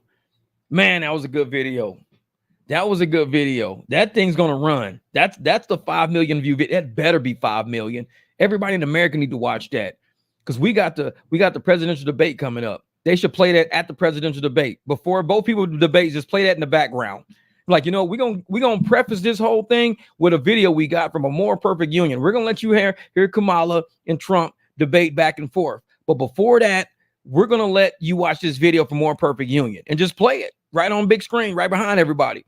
And so everybody who took Uber and who took Lyft in has got to leave. And when they start booking rides, they get to go ask that driver outside, hey man, how much are you getting for this ride anyways? Man, Uber and Lyft will be pissed off if this video played during the debate. If they say, hey man, we're going to play this video before the debate, before everybody get comfortable and shit, we're going to play a video to warm y'all up. And once you see how big tech and the dude sitting on Kamala Harris's side right now, Tony West, he's mentioned in this video. And all of a sudden, man, it's like, shh. Man, I'm like, he's one of them people, man. One of them people. Blimp on a pimp, Alex Stein 99. What's good? And I'm sitting there going, man, I want everybody who walks out of any venue to know that this video exists and to say, I just want to ask you a question. How much are you getting paid for this ride? I just paid, $47 for this ride. How much are you getting? I think it said like $17. You're getting 17 and I paid 42. You know, that's a $25 difference. They're keeping $25 of the money I'm paying for this service. The money I'm paying for you to take me, they're keeping 25 away from you and only giving you 17 of it. How about we do this? How about you save me $10? I'll give you $32. I give you $32. You save me some money. You make a little bit more. That's what they don't want to happen. Riders to figure out what's going on and drivers to sit up and go, you know what? You guys are on our side now. You guys are helping us. Therefore, we're going to start just paying the drivers now. Man, I love that. I love that, man. And I want to do that. I want to do that. And I'm one of those people that really believe that information, if information is not going back and forth, riders are not talking to drivers. We're not doing things a certain way. Man, exactly. We got to get ways to the back of yelling taxi, get back to it. And right now, people yell taxi when they text me. Instead of yelling taxi, yell text me. Shit, that's it. Hey, text me. Instead of saying taxi, text me. Like shit. I'm gonna make a shirt that says, don't say taxi, say text me. Shit, text me. Motherfucker, I need a ride because I'm gonna need that digital way bill. Send me a digital way bill. Tell me your name, where you're going. And I'm like, okay, cool. Now I got the text. It's a digital way bill. Just like Uber gives us a digital way bill. Lyft gives us a digital way bill. I just need to know, where am I picking you up? That's it. How much you want it? Okay, that's much. Got it all in a text now. It's a digital way bill. Bro, I guess Derek stopped picking up the phone calls or stop the payroll on them. I feel the same about them dudes. Seem like he saw the light. Yeah, exactly. And I'm telling you, man, it's about to hit. Shit's about to hit the fan. That's why I think over the past week, Uber has been throwing cash out the door. Deals with, Win Rides or whoever they're dealing with. Deals with, other AV cars. Deals with BYD. Now they got Turo on deck. I'm telling you, man, they are up to something right now because they know drivers are waking up. They know shit like More Perfect Union. What they just dropped is going to become common knowledge to riders. And once it becomes riders, you don't say, oh, well, when you open the Uber app, there's no humans in there. We have AI as customer support. And if you need a ride, you can book it through Turo. You could book it through Waymo. You could book it through BYD. You could book it through this other you can book it through Cruise. Well, can I get a real driver? Oh, no, you won't get a real driver. Everything we do is all digital. Everything's AI. Everything's dry. There are no humans working on our platform. Our platform is completely like humanless. AV runs the customer support. AV does all the cars. They do all the booking. They do all the maps and navigations. And I'm sitting there like, man. Exactly. Shit on the wall mentality, man. That's what they throw in everything. And they're trying to discombobulate drivers because once a lot of drivers are going to stress out because, like I said in a video I dropped not too long ago, a lot of drivers are not even W-2 material. They are not. Let's call that shit what it is. A lot of them are not W-2 material. This was the holy grail of them making a living. I can work 80 hours a week and make 2 G's. Oh shit. While they beating the cars the fuck up. Riding around in fucking minivans and shit with holes in the floor. And it's like, this is what you want to do for a living for the rest of your life? Drive around in busted fucking cars? But I'm making money, though. I'm making money. They're not even understanding the concept of business. If that app was to shut down or kick them the fuck off, they're done. They're done. They have no way. They can't go to a W-2 because, like I said, half of these drivers out there are not W-2 material.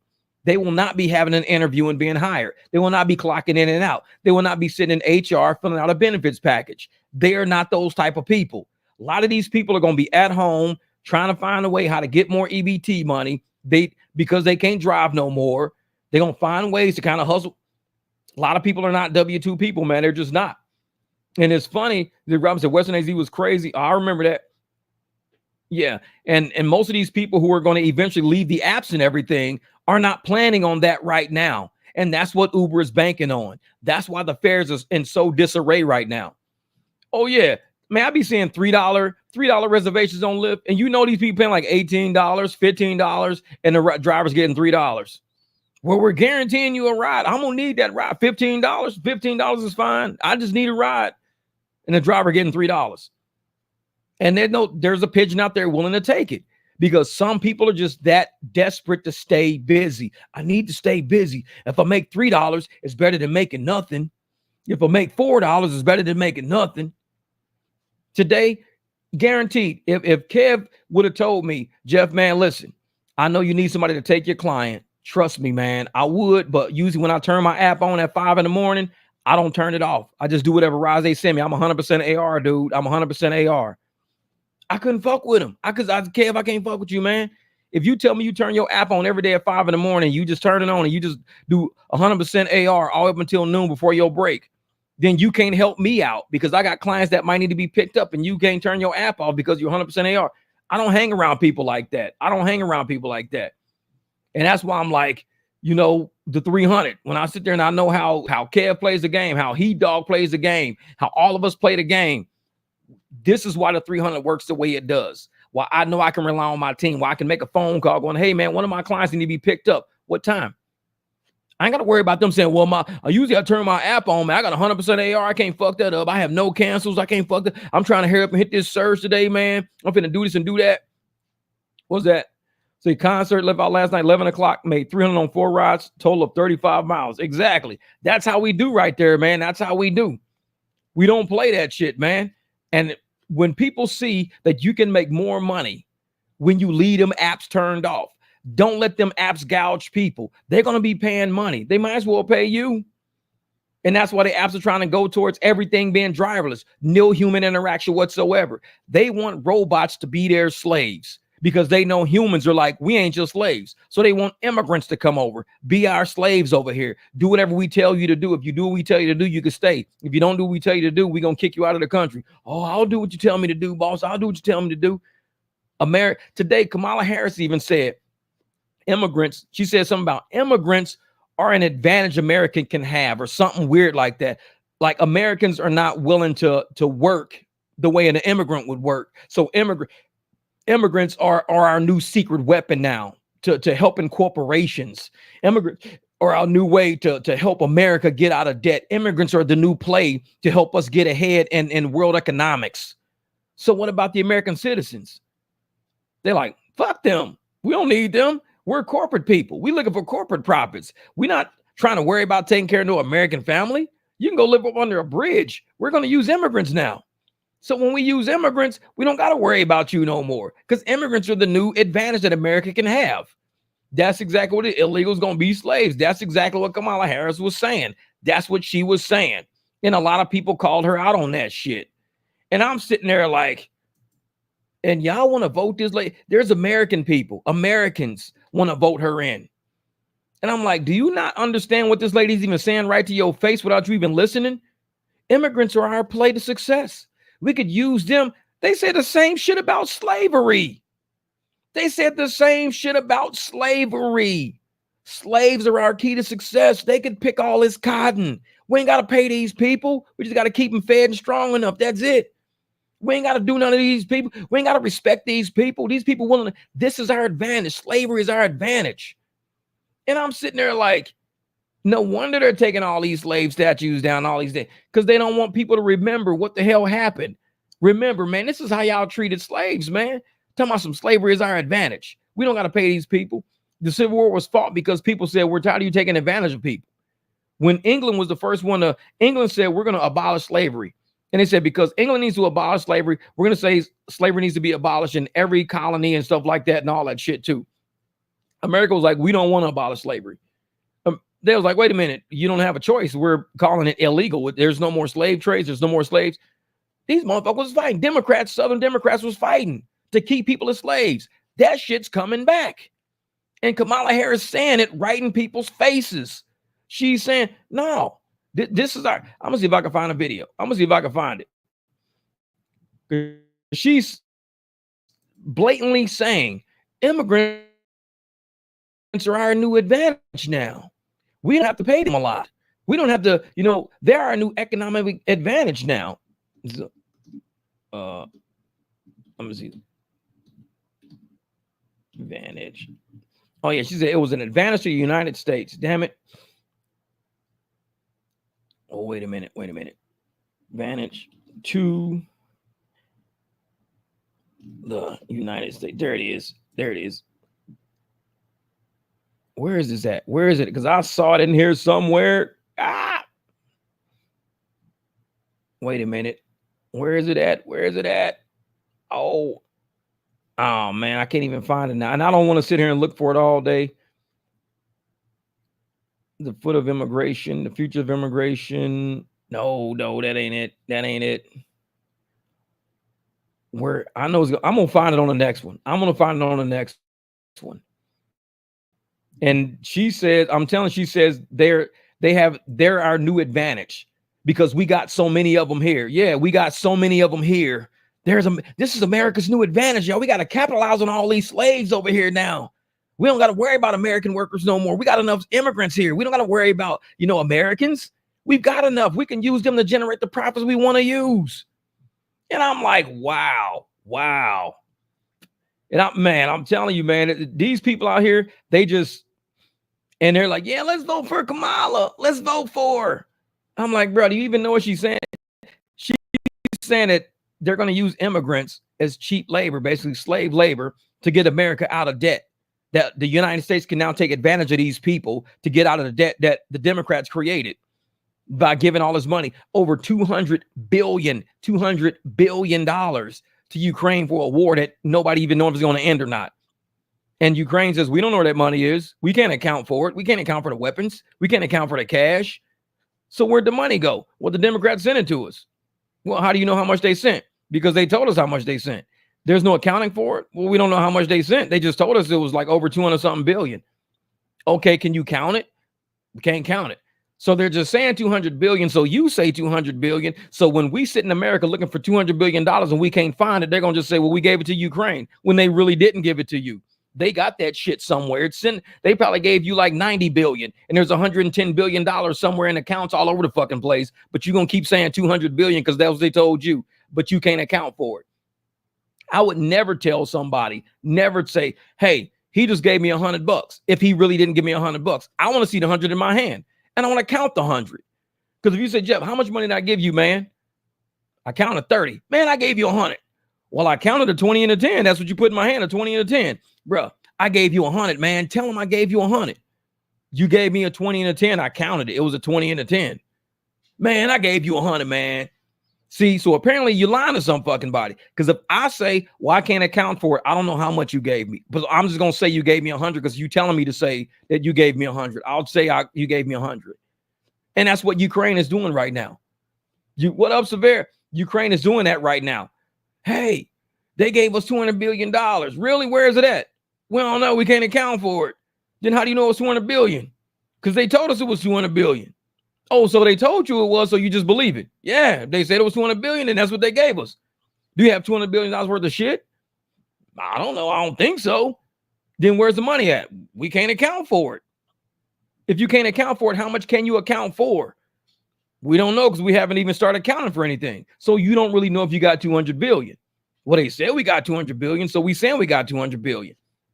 Man, this shit's been money laundering like crazy. This money is sitting somewhere. Nobody knows where all this money is. And America's going in a hole, and you got this campaign going. We can hurry up and use all these immigrants to generate profits, sell all these stocks, do all this crazy shit, get all these profits, and hurry up and put this money back before anybody finds out that we got the money.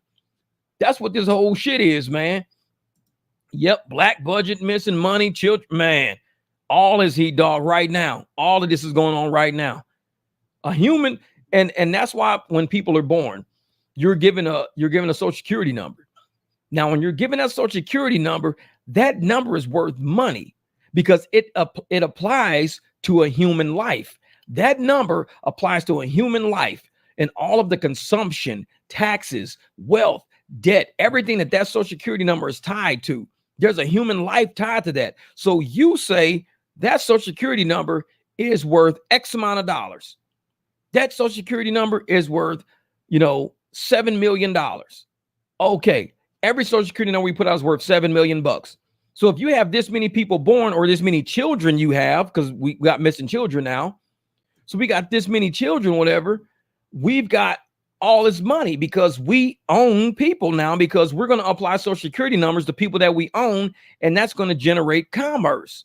Therefore, we have wealth of X amount of dollars. And it's like, man, yeah, wealth is your packing, which basically signing over 50% of everything and you will earn in your life. Basically is what it is, with life expectancy included. So, and that's what they say, life expectancy is included. So a social security number for a black person might not be worth as much, especially a young black male who lives in a hood, might not be worth as much as, like, let's say a white lady that lives out in the suburbs. That social security number could be worth more. So we never know what these numbers are worth because we don't have it. We need to do a census. How many people we got living out in the suburbs? This many. How many of them are white? This many. Okay, cool. How many we got living in the city? This many. How many are young black males? This many. Now you start applying values to these areas. Now you apply values because you got social security numbers to apply values to. Man, and these people, they don't tell you Ukraine was a crime hub for all types of shit, especially human trafficking. Yeah. And there's a lot going on right now, a lot going on with that. Trust me. And nobody wants to talk about it because we know our accounts are going to get flagged, banned. YouTube's already giving me a bunch of yellow dollar signs on my shit. I used to have green dollar signs on everything I would touch on YouTube. Now I'm getting yellow dollar signs like warning flags and shit on everything I'm saying on my channel now. I'm like, whatever. I'm over that shit. It's like, I'm not going to change. I'm just gonna, do this shit the way I do it. And if they end up kicking me off of YouTube, it just feel like fucking Facebook. Same shit happened. Yep, Canada's on same shit, man. Same shit. Never thought I'd see the day when our government loses 318,000 kids. Makes me want to vomit. Oh, USA is gonna make the biggest cartel in the Kamala. Bohemian Grove, motherfuckers. And this is the thing: 318,000 kids and almost 800,000 jobs, over 800,000 jobs. The numbers they create are so false, out of thin air, just bullshit numbers. And people just believe these people. Vote for us. We're going to do this. You lie about the number of kids. You're lying about this. You're lying about the number of jobs. You're lying about how much you gave to these people. You can't account for trillions and trillions of dollars. But yet you want us just to believe you just because you said some shit. That's what happened to all these people. Every time somebody believes the government, just believe us. And then, well, it wasn't us. What Biden say? Yeah, I'm gonna put her in charge of the border, and the triangle and everything. So the Northern Triangle, because she's really experienced and she's good at it. He said that shit on video. I actually played that video of him on a live stream, of him saying that. And now they're all saying, we never said that. Bro, it's a video. Everybody's playing the video. What are you talking about? Well, I never said that. You said she was the most experienced for the job. You said she was in charge of the border in the Northern Triangle. That's what you said. And you said, I never said that. These are the most epic gaslighting motherfuckers I've ever met. Epic gaslight. They will sit there and be sitting in a black Cadillac in front of you and tell you that motherfucker's yellow. It's not black, it's yellow. Bro, I'm looking right at it. It's a black Cadillac. No, it's actually yellow. You probably see black, but you don't realize it's a new color we created. It's called yellow, and it looks black when you're looking at it. But when you look at the actual chemical breakdown up under a microscope and lights, it's actually a yellow car. Damn, this motherfucker look black to me, man. Yellow is crazy. This is some new. Yeah, it's new yellow. It's new yellow. It looks black in sunlight. When you see it, it looks like a black car. Shit's crazy, huh? Yeah, it looked like a black Cadillac to me. Gaslighting. Exactly. YouTube's supposed to be like, he ain't supposed to be a Democrat. Yeah. What up, Bighorn Kev? Hey, Kev, at the beginning of the live stream, the whole beginning, like maybe 5 minutes of my live stream was dedicated to you, Kev. I talked about you today, man. I appreciate what you did for me and what you're going to do tomorrow morning. If you don't back, you ain't backing out. You good. I know Jamil says, man, we must have new yellow trucks. These trucks are yellow. That's not black. This is Uber yellow. Oh, man, I like that Uber yellow. It looks just like Uber black, but it's Uber yellow. Yeah, shit's crazy, man. I know they be like, are you sure you're not colorblind? You need some glasses. Like, man, oh, no problem, Kev, man. Like I said, man, it's hopefully drivers in every city. And that's why I need drivers to really say on these live streams and shit like that, what city you rocking in, what state you in. Because I know the drivers out here in Arizona and Phoenix and everything, we got each other's backs because we know these apps don't have our backs. For Kev to step up the way he did and to help me out, knowing this client is like family to me. And he said, don't worry, Jeff, I got him. And he's helping me out for the next 2 mornings. And I'm like, dude, I appreciate that shit because he don't have to do that. If he was a hating ass driver, he could be like, man, you need to figure that shit out yourself. Don't have so many clients, spread people out, cancel something, do this and do that. Tell him go use Uber. He could say that. But he's going to be like, you know what, man, we the 300.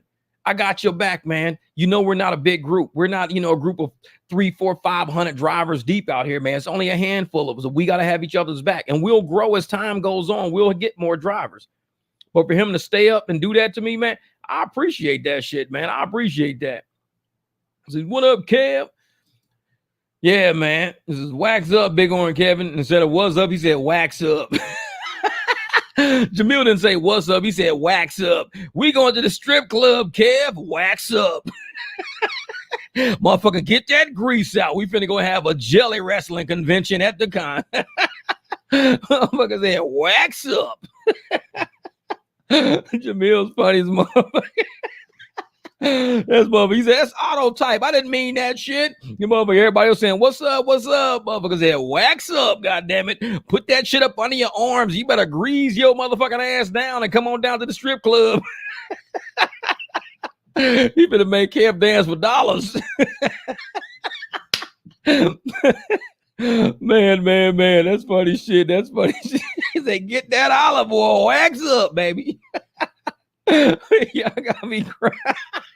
He said, get that olive oil, goddamn. Yeah, man. Yep. I met him when he was working at Nike, man. That was 2 years ago, over 2 years ago. Like I said, he's like family, his whole family and everything. So, and like I said, early in the live stream, I said for like the first 5 minutes, I dedicated that shit to you. But he likes you, man. He said you was cool. He was like, man, he's awesome. Dude's cool. He says, he's pretty cool. I said, yeah, man, hell yeah. So that lets me know if anything was to happen to my car, if I had a transmission issue, had a flat tire, had this, had that, they already trust you already. They already know you. They already know your level of service. If I say, hey, man, my car, I got an issue with it, this and that. I'm pushing real good. Kevin Stu, he said, I'm pushing out some old salt and pepper shit. Y'all fucking wild. See, fucking Jamil, he done fucked up the live stream. You got me crying and shit, man. That's funny as hell. Man. Yeah, but and that helps me, Kevin. That's why I say, man, when you get good drivers out there, and maybe I might start doing this real shit because it worked out perfectly with Kevin. It really worked out perfectly with Kev. What I might do is purposely, even though I may be able to take a client somewhere, I may purposely say, hey, can you do me a favor and pick up my client just to introduce you to my client? Because I may be able to do it. I say, you know what? I'm supposed to pick that dude up. You know what I'm going to do? Jamil, can you do me a favor? Can you go pick up, the doctor from the airport this time? I'm going to text him your shit. Because that way I've already networked all of my clients with all the people. I know. And see, that would be a good idea for me to do something like that. Just to network some of my clients for the same price I charge them, but it's just, making sure they meet you already. So in the event that something happens, they already met Jamil. They already met Eric. What up, Chris D? They already met Marcel. They already met. And like I said, it might be a time when I just have to do this. So you know what, man? I got a big ass project to do today anyway. I want to do this today. And I was going to actually do this ride, but I'm going to do my project. Can you do me a favor and pick up my client when he lands at the airport? I could go get him, but you know what? I just want to introduce you to him and just kind of fill him out. See how y'all jive and everything. And if y'all jive, then I know if shit was to happen, which driver, I'm like, hey, this is one of my team right here. Jamil will come. Oh, yeah, I met Jamil. He's cool. Yeah, he can come get me. Oh, hell yeah. And that's what we probably need to do that, man. That's what I'm saying, man. And that's what it is, man. So I'm glad you stepped up for me, Kev, man. I'm really glad you did that because like I said, Scholar's like family to me, man. Real shit, he's like family. His mom is, his nieces and nephews and all that. So the fact that he really appreciated you and he liked you and he was looking forward to seeing you tomorrow. I was like, well, yeah. I said, oh, don't forget. I said, Kev's going to come pick up tomorrow. Oh, yeah. We talked about that already. Oh, that's perfectly fine. Yeah, he's a great guy. Awesome, man. He's awesome. I was like, cool shit. You already covered it and everything. I was like, man, that's what I'm talking about. Billy Stupid. You get a ride. Man, but it's real though, because anything can happen to any of us at any time. I can get sick. I can, have coughing fit or some shit like that, hurt my foot, my leg, or got to go to the dentist or something like that. And a driver that somebody already met of mine say, hey, you know what? I know Jeff's team. Hey, Jeff, do me a favor. You said Billy's got a white SUV too, right? Yeah. Oh, cool. Can he pick up 6? Oh, he can pick up 6. All right, he's got Escalade. Oh, cool. Then send him up then. If you can't make it, can you? Yeah, I'll send him. No problem. And see, and that's how we do it. I'm the white Jeff. I know Kev says, I'm the white Jeff. I'm the black Kev. That's all that is, motherfucker. I'm the black bighorn Kev. That's it. Next live stream, I have a big ass motherfucking horn on my head like a rhino horn. I'm Bighorn Kev. I'm the black one. See, white Kev got the 2 long horns like this. This is wax on YouTube. I know exactly. Larry didn't come up with that shit. The YouTube. Hell yeah, that shit fucked my tooth up. I was like, man, I had to use my YouTube money for my tooth. This is YouTube money. God damn it. I had to fucking pay for that tooth to get fixed. Yeah, let's get this organized before the robo taxis get dumped on the market within the next year everywhere. I'm telling you, man. I'm telling you.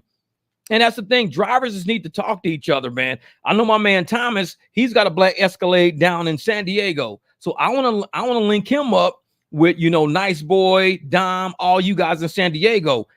And he's down, like I said, the other day he did a girl's birthday party. The kids were like 12 years old. And the parents were like, we want to treat our daughters out. So, man, this motherfucker made $300 in like 2 hours, taking these kids to 2 places. That was it. He was like, he took them to go get ice cream, took them to go like to play some games or something. It was for their birthday party. It was like 5 girls and shit. I was like, dude, that's cool shit.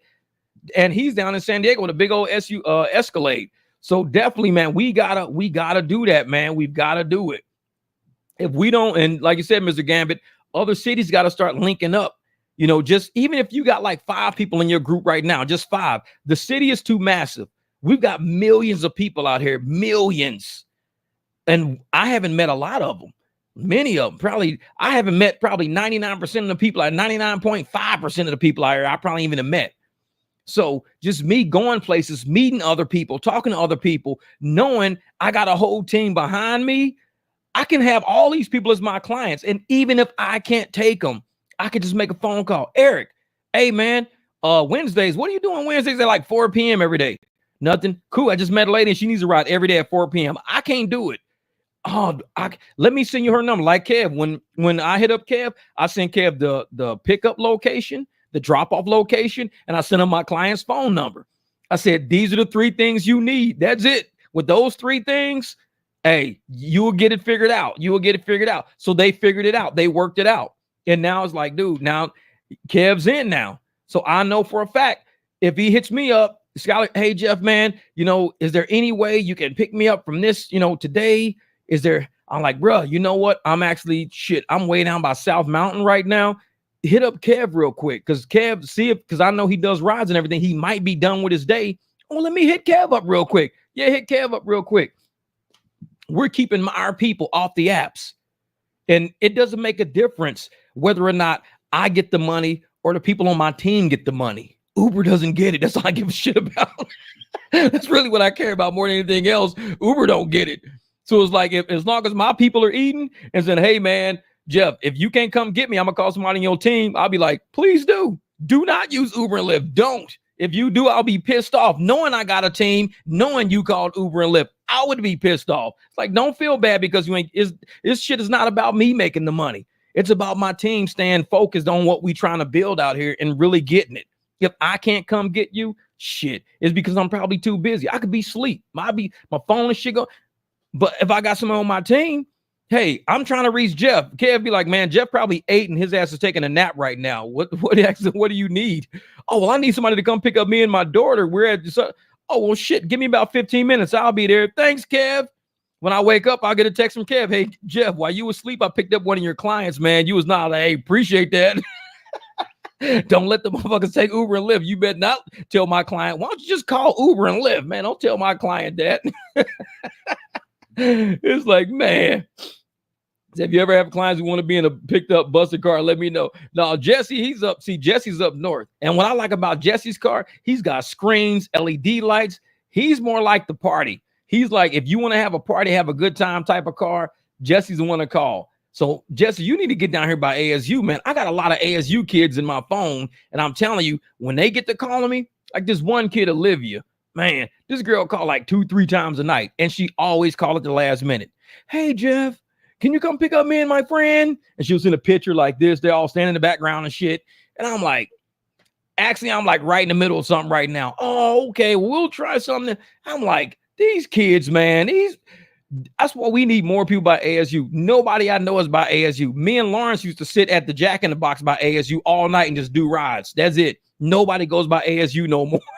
It's like, come on, man, come help me. Come down to ASU, Jesse, dog. Just come on down, man. We'll get it figured out. You come down by ASU, trust me, it's gonna be worth your while. You're gonna make the money. Believe me, you're gonna make the money. Just come sit with us. We'll hang out at Jack in the Box, CVS, we'll do something, but you're gonna make some money. And then make sure you bring a lot of business cards too. Because your ass, I'm starting to see your shit on TikTok. Jesse, he advertises everywhere. I'm seeing your shit on TikTok. I'm seeing it on Instagram, and I'm seeing it on Facebook. Every time I open my phone, I'm seeing advertisements, whatever app I open. I saw your son on one of them today. I'm like, bro, you out here getting it, man. I'm seeing your ads. That's what I'm talking about. I'm opening that shit up. I'm like, hold up for a second. I'm like, what app am I on?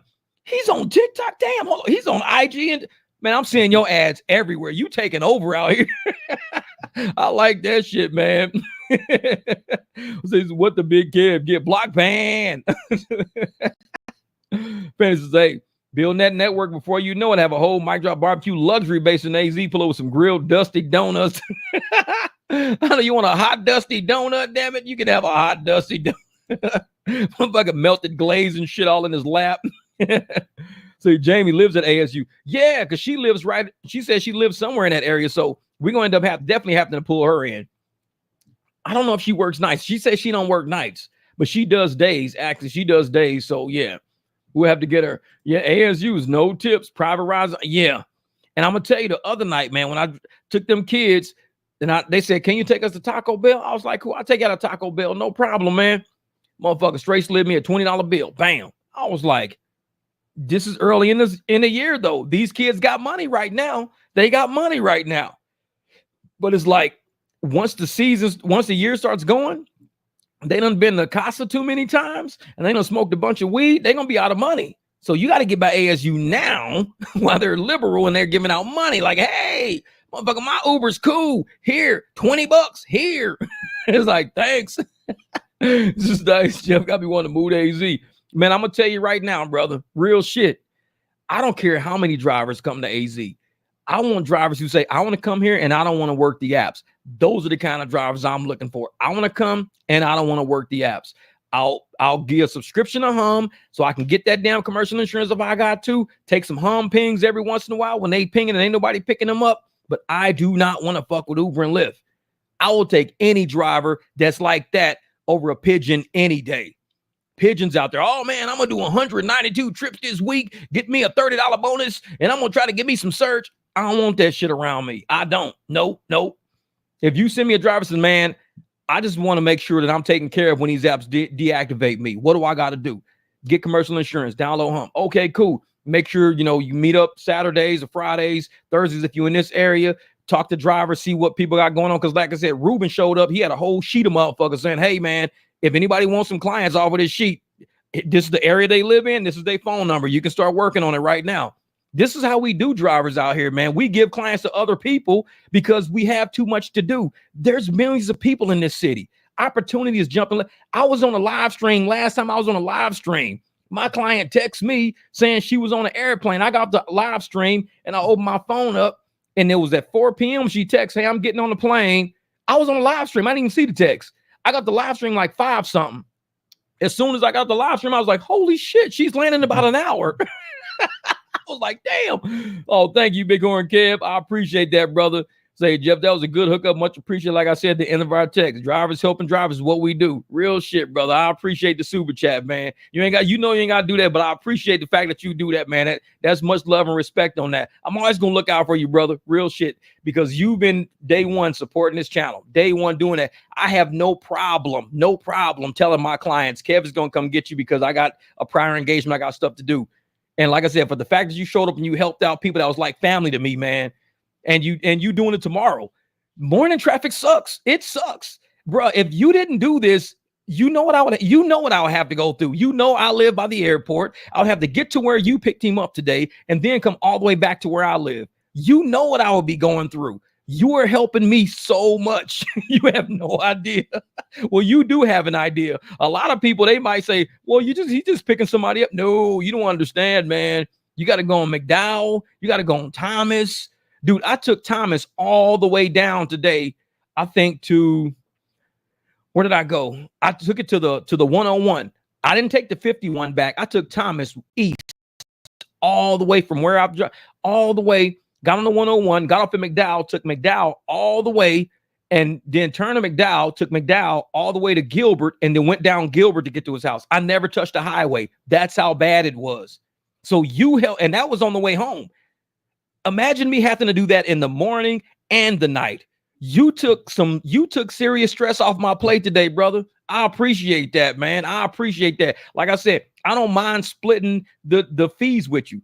Because it's like just like I said, he said, well, who do I pay? You or Kev? I said, no, you just Cash App Kev. So you don't got to Cash App me. Cash App Kev what you owe Kev, and then you just Cash App me what you owe me, and we're square. We're cool. He said, oh, no problem. It's like, man, it's like we don't we brothers like that, man. You don't gotta pay me nothing. I gotta siphon off some of Kev's money. No, Kev, he's his own business. He's got his own QR codes, his own Cash App. Kev needs to be in your phone because one day you're gonna need Kev again because I ain't gonna be available, and you already got Kev in your phone already. And I'm telling you, they use me for the airport all the time.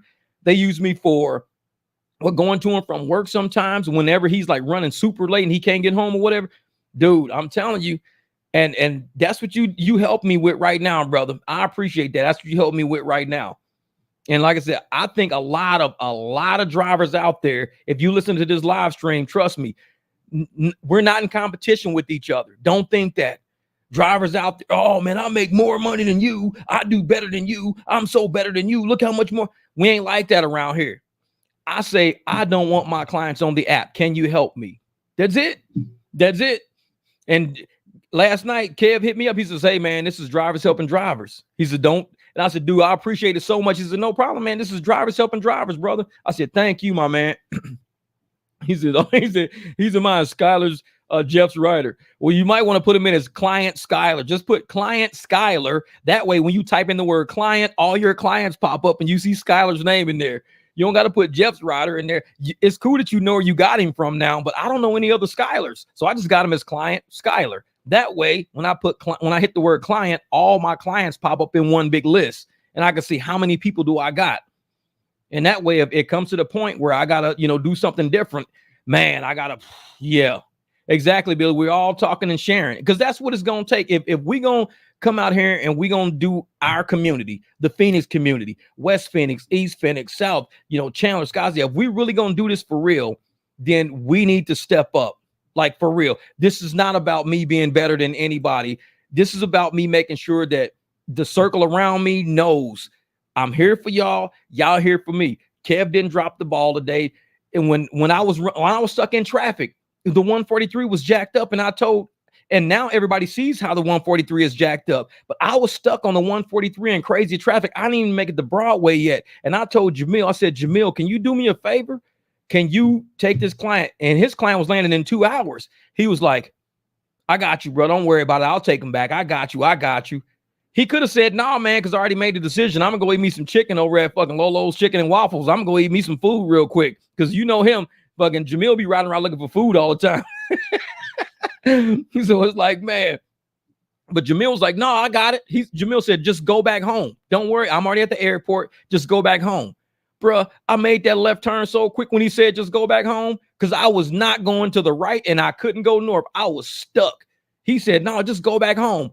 Burp, I fucking hit that left quick as shit. I said, you sure? He says, I'm sure. I said, all right. I was like, all right, motherfucker, I'm going home. I went back home and he took my client. I was like, thank you. Because I was like, I was not going to make it in time. And I love the fact that he's man, I want some chicken. That's just funny. And I love the fact that this is the Get Your Money channel. But it's not only Get Your Money channel, it's Get Your Team Together channel. And it's okay to meet somebody who you know is a go-getter, who you knew keeps their schedule open. We don't do pigeon rides and shit like that. We keep our schedule open because I need my team to know, hey, man, if you need somebody, my schedule is open. You're not going to catch me doing fucking $3 pigeon rides all day. I'd rather do one ride for $70 and be done. Give me one ride, $70, 15 miles, and I'll sit now, chill and wait because my next one's going to pop up. Like today, I did almost $200, well, over $200 worth of ride because with the Skylar ride, because he wasn't in Square, he's on Cash App. So I did over $200 worth of rides a day. And I never turned my apps on. My apps haven't been on yet. I've been sitting there, fighting, trying to get my schedule in order. Luckily, I got the 300. Luckily, Kev stepped up and helped me out. Or else I'd have been stuck early this morning with 3 people like in one conglomerate area and not been able to do it. But it's like, man. Oh, yeah, it's a Jamil saving everybody's ass today. Had 2 clients coming at the same time and no problem for him. Yep. I'm telling you, man. And that's why I like calling. When you call somebody on a 300, I know they are not out doing pigeon rides. I can shoot a text message, and if they hit me back, and oh no, man, I'm trying to hit this 15. It's a 15 ride challenge I got coming up, man. I'm only 11 rides away, man. I got to do these rides. I can't do it, Jeff, man, because I'm not gonna make it. If I try to take your client, I'm not gonna make this challenge, man. I get $40 with this challenge. I get $40. I'm like, motherfucker, I'm trying to give you 60 for one ride. You doing 11 more to get 40? Like, no. Like, man. Yeah, got to keep it a reputation. Only takes one bad experience to lose a customer. Yup. And that's what it is, man. We have to wear your shirt today. Everybody, every day, riders need one too. Oh, yeah. And that's what it is, man. The fact that, you know, we're all stepping up, helping each other out, and we're not scared. Like I said, we've seen so many YouTubers and people on YouTube always brag about how much more money they make than the next person. Oh, I'm number 4 on the list. I'm number this on the, I'll make more money. We ain't like that over here. This is a marathon. We doing this shit for, like I said, we got to take care of our cars. I got brakes to slam on mine tonight. Because, like I said, when I'm hitting the brakes, I can feel a little shimmying a little bit. So I'm thinking, I think my brakes are getting down. I don't know how the last person took care of this truck. So I'm sitting there going, you know, as long as I can take my car apart, somebody can text me while my brakes are off my shit. If I don't want to get the BMW out, all I got to do is text somebody. I got like 6 people I can text. Hey, man, my front wheels are off my damn truck. Are you anywhere near Ahwatukee by any chance? No, but actually, I know somebody who is. Can you do me a favor and send this message to him? That's how we roll out here. We do whatever it takes to keep their ass off of Uber and Lyft, because we ain't letting people go back to the plantation. Once they come off, hey, I got a team waiting for you with open arms. What do you need? Oh, Jeff, you know, I need a ride, but my cousin's landing at the same time. Don't worry about it. If you need a ride and your cousin's landing at the same time, I got somebody for your cousin. What time do they land? What flight are they coming in? What's the airlines? And it's a done deal. It's a done deal. All right, cool. When she lands, let her know, you know, Marcel will be there. He's already up there. He's got a white Camry. He'll be picking her up. Okay, cool. Perfect. No problem.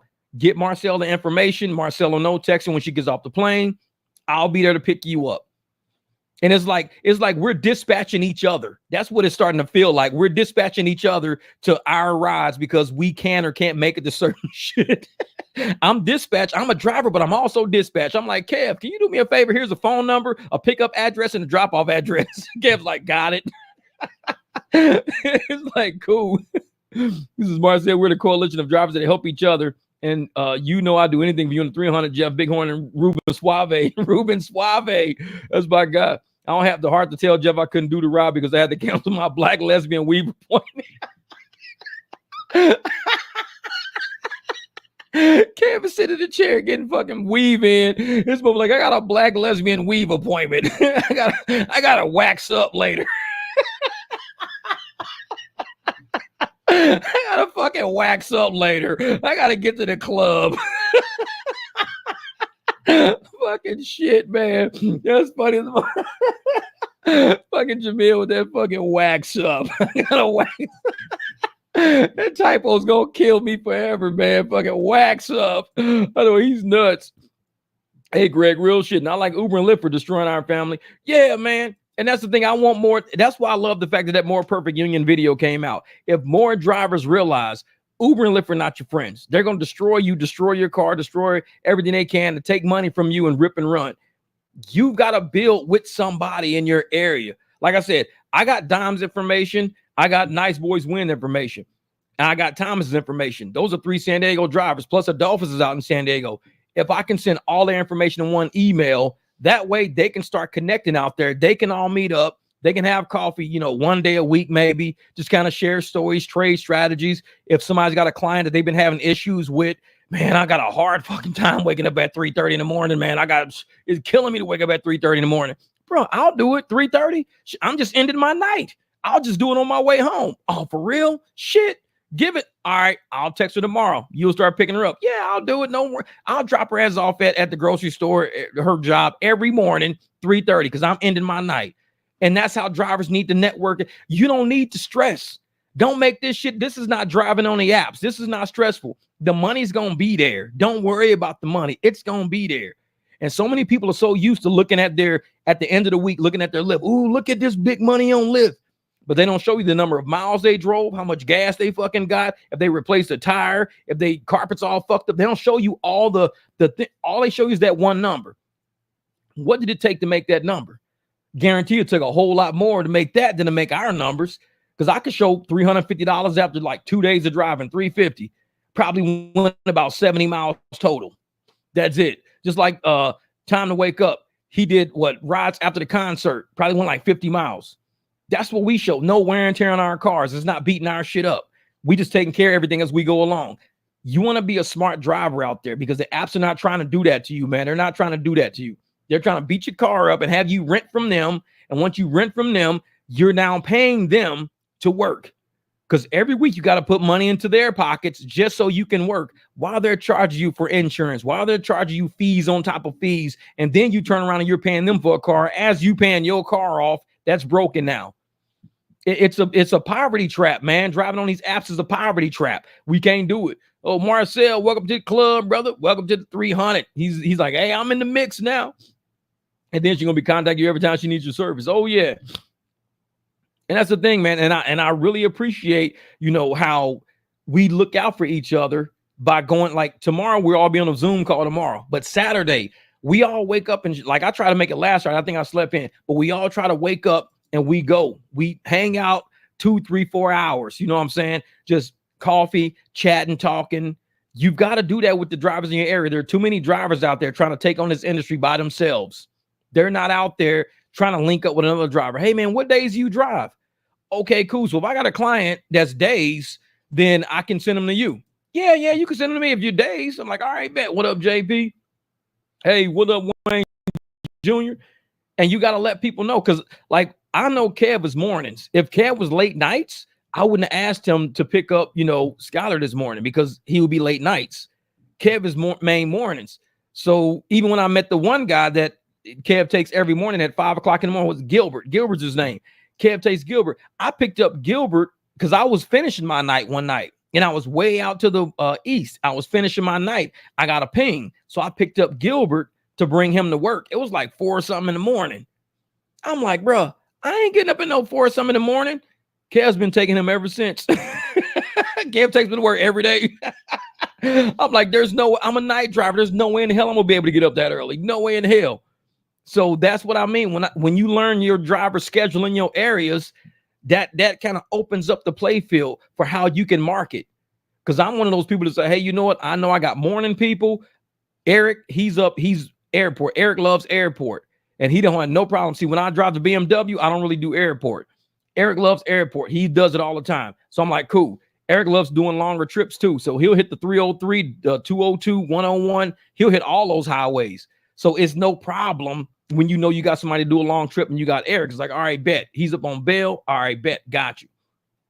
He's on back. Just talk. Speaking of the devil, I'm back from another private run. There you go, brother. There you, bro. Man, this is the 300, Jeff, is the dispatcher. We all make that money.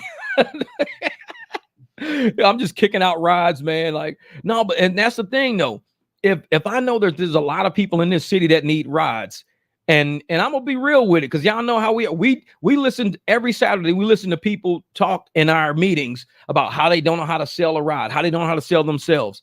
I'm good at gauging people's energy and knowing how to talk to them. So I don't mind going out, getting a couple of clients here and there, and maybe getting too many, and saying, at least I can pass a client to someone that can help me. Because if I get too many, because like the other night, my homegirl Cassie, they all flew to town. But they was up in Scottsdale. Y'all know I don't really go to Scottsdale that much. So I'm sitting next to Juan Vargas. This is funny shit. So I'm sitting next to Juan Vargas, and I'm texting my friend. Oh, where is it at?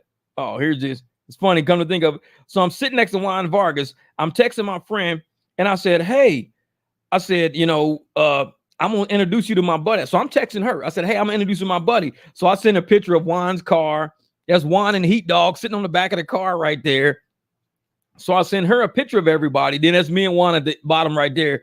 But I tell her, I said, hey, I don't really go to Scottsdale a lot. And I haven't seen her in a long time. But I'm like, I'll come hang out with you and stuff during the daytime and stuff like that. But I don't really go to Scottsdale a lot. I said, but I'm going to send you a picture of my homeboy. So if you guys need a ride, text me and I'll give you all this information. Apparently they party. I don't know where they at now. They probably home by now. I don't know where they are. But how many private rides I get a week? Man, it depends. Because I can take one client about 4 or 5 times in that week. And those rides range anywhere from like $75 to $100. One client, just one. And now you got to multiply that times about probably 10 people I deal with in the sporadic lifestyles that everybody has. And sometimes it's not even that. Like Jamil hit me up one day. Jamil was like, hey, Jeff, I got clients that live down the street from you. They want to go to the Def Leppard concert. And I was like, oh, straight up. I said, yeah, they're trying to get to the Def Leppard concert. And, you know, I know you're right down the street from them. So I picked them up. I gave them a price. I said, hey, man, $150 round trip. They was like, oh, that's perfect. Them giving me like $220 round trip. I was like 150. They was like 220. Cool. Thank you. And sporadic shit like that pops up all the time. Friday, I got to run somebody down in Gilbert. Something sporadic just pops up. We've got Gold Rush coming up, which is a real big thing down in Avondale, October the 4th and 5th, or is it the 5th and 6th? Everybody look up the Gold Rush in Arizona, Gold Rush in Avondale. I think it's October the 5th and 6th or the 4th and the 5th. Whatever it is, start marketing for it right now, because I already got rides going out there already. One lady's like, well, I'm buying my tickets. Are you going to be able to take us and pick us up? I said, yeah, I could take you and pick you up. Okay, I'm going to buy the tickets. I said, buy the tickets. Is that weekend? Is that Saturday, Sunday, or Friday, Saturday? So I don't know which day she's going, but she might go both days. But she says, I'm buying the tickets, but you have to take me, but you also have to pick me. She's going with a couple of her homegirls. I'm like, I'll take y'all and I'll pick y'all up. Now, them rides, $120 each way. $120 each way. So you're getting $242. That's off one person. So once you pick somebody up, you drive them out there to the concert, and then you could do right like me and Juan Vargas. One night we were sitting at the Quick Trip. So we did our drops at the concert. We went to the Quick Trip. We was hanging out. That's when I put my my lunchbox in the motherfucking trunk, and showing y'all how small my trunk was. Then we shot back downtown and we started doing rides downtown before we came back to pick our people up. So it was like, that's what you do. You take care of your people first. Get your schedule set. Take care of your people first. Then worry about the apps. Don't worry about pink screens. Don't even turn the apps on. Being on Uber and Lyft is like watching your weight on a scale every day. Don't look at the scale every day. If you look at the scale every day, you'll never see yourself lose weight. If you look at Uber and Lyft every day, you won't realize how much money you really make with your private clients, because you're stuck looking at these fucking screens, surge, pings, concert. I can't tell you when the last time I turned my apps on. It had to be yesterday, maybe. Yeah, I think it was yesterday. I had to turn them on yesterday because I don't remember the last time I turned my apps on. I haven't done a ride with them since Saturday because I don't really drive on them that much. But you don't have any idea how much money you really make when you're not burning all your gas up, beating all your car, and you sit back and you just see your Square account growing. And you see your Venmo account growing, your Cash App growing. You see the money in your pockets is growing. And you're like, where does you're not driving on the app? Oh, there it is right there. The 4th and the 5th. Okay, the 4th and the 5th. So that's everybody start getting your Gold Rush people together. Start advertising, doing Gold Rush pickups and drop-offs, especially you, Jesse. You are the advertising king. Get some Gold Rush memes or whatever, some Gold Rush pictures, and put them on your car pictures and spread that shit everywhere. Hashtag Gold Rush, and make sure you put it there. Hey, Gold Rush, we doing private rides to and from the concert, affordable prices, this and that. Start trapping people right now for the Gold Rush, because once you get set, because somebody might say, hey, I need to be there by 5 because we're with the DJs. Because my buddy Brandon, he's actually one of the DJs that does like Wild Horse, Casa, Downtown Scottsdale. He DJs all these clubs, but he also does Gold Rush. He does like some of the openings and closings for Gold Rush. So I take him early before everybody else goes. So if I take him early and I got another party coming, I can do 2 parties a night. My only problem is the pickup, because everybody leaves at the same time. So even though I can drop off somebody early, like 5, 6, and take somebody else to like 7, 8 or something like that, my pickup is going to be 2 o'clock. And I got all these fucking people that are unrelated. That's where my team comes in handy. That's where my team, I'm like, hey, are you doing any pickups at Go Rush? No, do me a favor. Meet me out there like 1:30. I got 4 people that need a ride home. I drop them off. They don't have a ride back. Meet me out there. That's when your team comes in handy. So I will still be selling trips. I'm still selling my pickups and my drops and all that shit. I will be probably passing trips off because people are going to be hitting me up. Hey, Jeff, hey, you driving a Jeep this year? Like I got a video showing all those people. All right, Billy, man, you be easy out there. So I got a video showing me taking all these people out to see Zed's Dead, the concert out there at the Speedway. And it's like, sometimes people hit, hey, man, you driving a Jeep? What you doing this year, man? I might say, okay, cool. I'll lock you in. 2 days later, hey, man, can you do us a favor? Can you take us? I'm like, shit, I'm already locked in. You know what? I can get you out there. I'm already locked in with an engagement, but I can get you guys out there. This is the number I got. Then that's my team. He's right there. Like I said, what is that motherfucker said? Jeff be dispatching rides. That's what you do. When people know you as a private driver and they trust you as a private driver, they're going to come to you first before they turn the apps on to set shit up. That's what I like about this. Like I said, that's what I like about having a business where, you know, I don't have a bunch of pigeons around me. No, Jeff, man, I can't drive that night, man. I'm going to be surge hunting, man. I'm going to be out trying to hit this challenge and stuff, man. I can't help you. Motherfucker, you're going to be chasing the surge for $70 in fucking Quest money, $70, when this ride could possibly be $250 round trip for you. Come on, man. You gotta chase it. And then after that, they might use you for other stuff later that week or even that same night. You never know. It'd be after parties and shit. Can you drop us off at the after party and pick us back up? Yeah, where's the after party? Oh, right off like, 19th Ave. Cool. I'll drop y'all off. All right, gentlemen, man. Be easy out there, brother. Yeah, I got to get out here my damn self and work on these brakes, man, because like I said, my truck's probably cooled off by now. I just want to go out here, pop everything apart, inspect everything, make sure that the slides are like lubricated, because if not, then, like what Jamil say, wax. Make sure they got wax on, wax up. Like, yeah, I'm just make sure they're fucking, the pins are sliding back and forth. Otherwise, man, it's going to be screwy. So, yeah, we're going to, like I said, this live stream, it was pretty short, only 2 hours, but man, I had to do this More Perfect Union, review, had to. And anybody out there, man, if you got social media, grab that More Perfect Union video and just say, hey, I'm gonna put this on my Facebook page and put, for anybody out there who uses rideshare, understand why drivers are now asking if you like to do this ride for cash and giving you a discount or whatever. Otherwise, it's not gonna be worth it for us to keep driving on these apps, enriching them while they're setting deals with everybody around us, using our earnings and our money to boost their value to get rid of us. That shit's nuts.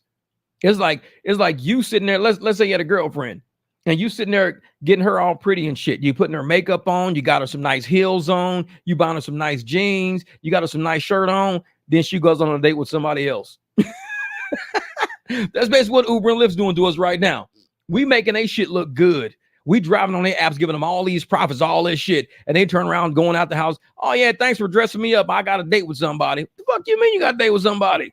I thought we was going out. No. Thanks. I appreciate you buying me all this nice shit and doing all this nice stuff from me. But yeah, nah. Like, no, man. Like, man, this is can't hang around. I'm going to take every order until the rate is high, old people. Exactly. Exactly. I'm going to just hang around until my rate is high. I need a high AR shit. Was that, yeah, we making them richer and richer to making business with other people while we out here like pigeons. I'm telling you, Greg, man. All right, Bighorn Kev, be out, brother. See you saying, have a good one. And that's the thing, man. If these drivers don't wake up and realize they didn't listen to us, they have no fear for us, they have no respect for drivers. These apps have zero respect for drivers. These engineers have no respect for drivers because drivers have allowed themselves to be disrespected and to still show up the next day working. Ain't no way in hell, even at a W-2, you're going to disrespect me and I'm going to show up to work the next day. I'm going to quit and do something different.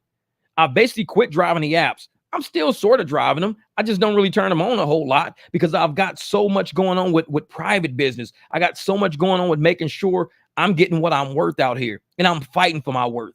With the apps, they're fighting for your devaluation. If you try to do a private ride, we're going to suspend your account.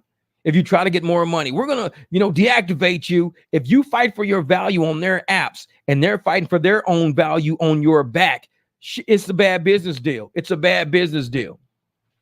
Yep. So hey, there you go. No competition here. People want to pay me. I'm telling you, man. I'm telling you. And that's the thing. People want to pay us. They want to pay us. So I'm like, well, let's go out and get this money then. Hey, man, I'll give you $25, man. $25. Let's do it. Shit. And you look at the app was paying you like $8. Like, motherfucker, this app's gonna pay me $8, dude. Just slip me $25. Shit, I took somebody around, like I said, all the way around to Gracie's, $20 to go to Gracie's, and then we get to Gracie's. The line was too long. They gave me $25 to take him right back to where I picked him up. $45 for like a 1 mile, for like a 3 mile loop. I went this way. Now the line too long. Just take us back. Motherfucker gave me $25. Took him right back. It's like, all right, $45 for a loop. I'm like, oh, cool, man. This is all I get is empty threats from these apps. Exactly. You're in what it says, you're at risk for deactivation. Cancellations are too high. This and I'm like, you know what? You at risk of me not driving for your motherfucking ass. You don't start paying me some money. So that's what you at risk at. You at risk of me turning this shit off. Now, like I said, my apps, they know these apps ain't stupid. They know exactly what I'm saying. They watch this channel. They look at my app. They say, dude, he ain't logged on in like days. This motherfucker don't even drive for us no more. He's got zeros across his screens and shit. Exactly. I don't drive for y'all. That's it. I don't drive. I go out and make money on my own. Y'all have taught us the game of logistics. Y'all have taken an industry of stay away from strangers, don't get in no stranger's fucking car, and made it completely cool for somebody to jump in and give me $200 bills, knowing I'm not going to rob them. And they got their wallet wide the fuck open in front of me. Hey, here's $200 out of the 1,000 I got. Great. Where y'all going? Talking Stick Casino. Hey, I got a credit card and a debit card, and I got a lot of money, and I got some weed and cocaine on me and everything. How much for the ride? I mean, they created an industry of strangers feeling completely comfortable with us getting in our fucking cars. I'm like, this is like shooting fish in a barrel. Y'all created the game. We just learned how to play chess with the shit now. Y'all created the chessboard. So I'm like, okay, we need to move different. We got to move different. It's no longer, hey, don't get in a stranger's car, because they be like, oh, yeah, don't get in no stranger's car unless they're on the app. No, that's not what it is, because half these people on the apps are on rented fake accounts, and everybody knows they're on rented and fake accounts. People showing up named Henrietta, but it's a dude in the front seat, Stacy, and it's a guy in the front seat, Kelly. I'm like, hold up, these are all girl names. Olga, like the one Olga. Oh, Olga's my mom. That's her account. I'm just driving on her account today. It's like, these apps ain't safe. You basically telling people getting in people's car is completely okay. Just get in, give them some money, and they'll take you to where you're going to go. This is the first time in history it's ever been like that. Because to me, I would get in nobody's fucking car if I didn't know who they was. But these people nowadays, I'm like, luckily I give people a business card. I let them know I'm this and I'm that. Cool. You can trust me. I ain't got no beef with you. I tell motherfuckers, kidnapping is an expensive hobby. I can't afford this shit. I got 4 dogs. I got cars I got to pay for. I ain't got time to be trying to feed no fucking body and buy them new clothes and shit because I felt like, kidnap. I don't do that shit. That's not for me. So it's like, that's not a hobby I've dealt with. So for the people that get into that kind of shit, yeah, they probably don't do rideshare. They probably get beat the fuck up. So have you seen Clerks too? Kelly give me a guy's name too. Clerks. That shit's funny, Clerks. But that's why I'm like, you know what? They created this chessboard for us, man. We go to the airport. They see the app. They see our name on it. We all got background checks. If you ain't got background check, go get a background check. And next thing you know, you doing rides on your own all day with a background check. And the law says that you should have a copy of your background check in the car. And we don't. None of us do. The law says that drivers in Nevada should be getting random drug tested. None of them do.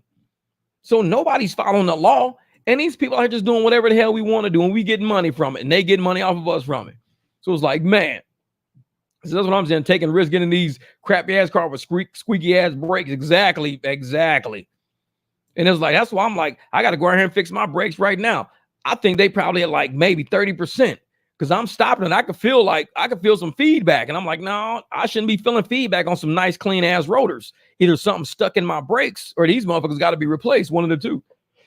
So I'm about to run my ass out here right now and replace them because I don't ride around in no busted shit. If I can feel it, I know people in my car can feel it. Because when I hit my brakes, my car should stop nice and smooth. It shouldn't be like I'm rolling a couple little rumble strips like what the fuck was that? I'll do it again. Hold up for a second. Yeah, it could be the caliper. That's why I want to go out and look at and make sure these pins are lubricated. Because if the pins ain't lubricated and they're like dried up or something like that, I'll pop those motherfuckers off, clean them up good. I got my sanders out, sand everything down. Man, put everything back together. Then I could just take the brakes back because I think my brakes are probably good, but it's something feels weird in there. Because the way I'm knowing when somebody vomits and leaves the car, yeah, I wonder. Says, man, everything breaking on the web lately. No, I ain't. Shit don't break on my car. Shit don't break. You got to replace shit, man. Like I said, if I hear a belt squeak, it's coming off. I don't roll buckets, dog. I don't roll buckets. I'm not that type of dude. A lot of you motherfuckers rolling buckets. Y'all motherfucker tail light don't work. Oh, that's fine. I just won't have a tail light. Motherfucker door creaking and squeaking. That's fine. Window won't roll. Nope. I got window regulators for the Escalade in the garage. I got a heater core in the garage just in case shit. Because when I find shit, I buy shit. And I replace it before it breaks. If you replace it when it breaks, that's too late. You've let it go. Because most things give you a sign. When that initial sign hits, that's when you change it. You don't wait till the shit breaks. Motherfuckers riding metal to metal, scraping sparks and shit. You know, man, you waited too long. When you feel something that don't feel right, that's when you change it. Don't wait till shit breaks. Because like I said, my car was running one night, sitting there running, and I could hear someone going. I'm like, what the hell is that sound like? What the hell? Pop the hood. I can hear it coming from the belt area. I'm like, what the hell? So I get some Windex and I just spray like one squirt and it gets loud like. I'm like, okay, the belt's going out, because as soon as I did that and the sound came from the exact same area, shit, very next day, went down the street to O'Reilly's. I mean, I went to AutoZone, bought a belt, $11. 11, climbed up under the car. Man, that shit took me probably like 4 minutes tops. On a expedition, changing those, you go from under the car.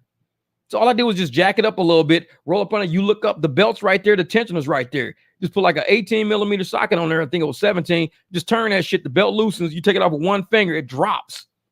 And you just put the other one up in there. And it's a 50 millimeter belt. It's 500 or 500 millimeter belt. 500 millimeter belt. I'm like, this shit is easy. You ain't wrapping that shit around a whole bunch of million things. Squeak's been gone ever since. I gotta tell people, man, if you can hear something with your car, change it right then and there. Because if you keep riding on busted, broken shit, people can tell, because they can listen. They be like, dude, why is your shit squeaking? I don't know. The car still run just fine. I don't know what that squeaking is. Motherfucker, riding down the street. Like, what the fuck? Oh, your AC went out mid-trip. All that is, you just need a Freon. I bet you probably need a Freon, because it leaks. That shit leaks out. And once your Freon gets low to a certain point, it's not hitting that pressure sensor.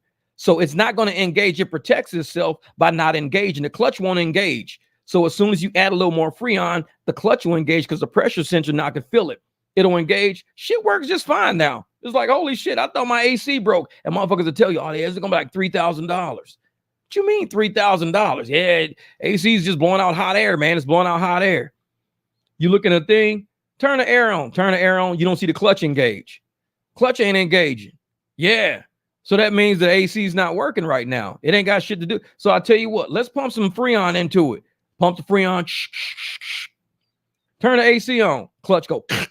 Cold air blowing like a motherfucker. It's like, yeah, you try to get me for 3 G's. It's like, motherfucker, I ain't stupid. We gonna troubleshoot this shit. I'm just not believing what you say. Motherfucker be like, oh man. It's like, hey, you need a new compressor, a condenser, a fucking synthesizer. You need all kind of shit in this car. It's like, man, what the fuck is a synthesizer? Ain't that music shit? It's like, man. And they will tell you, and motherfuckers drive off and be like, man, I just spent $3,200. These motherfuckers in the back laughing, hold up a big ass can of R134A. Like, this is all we put in it.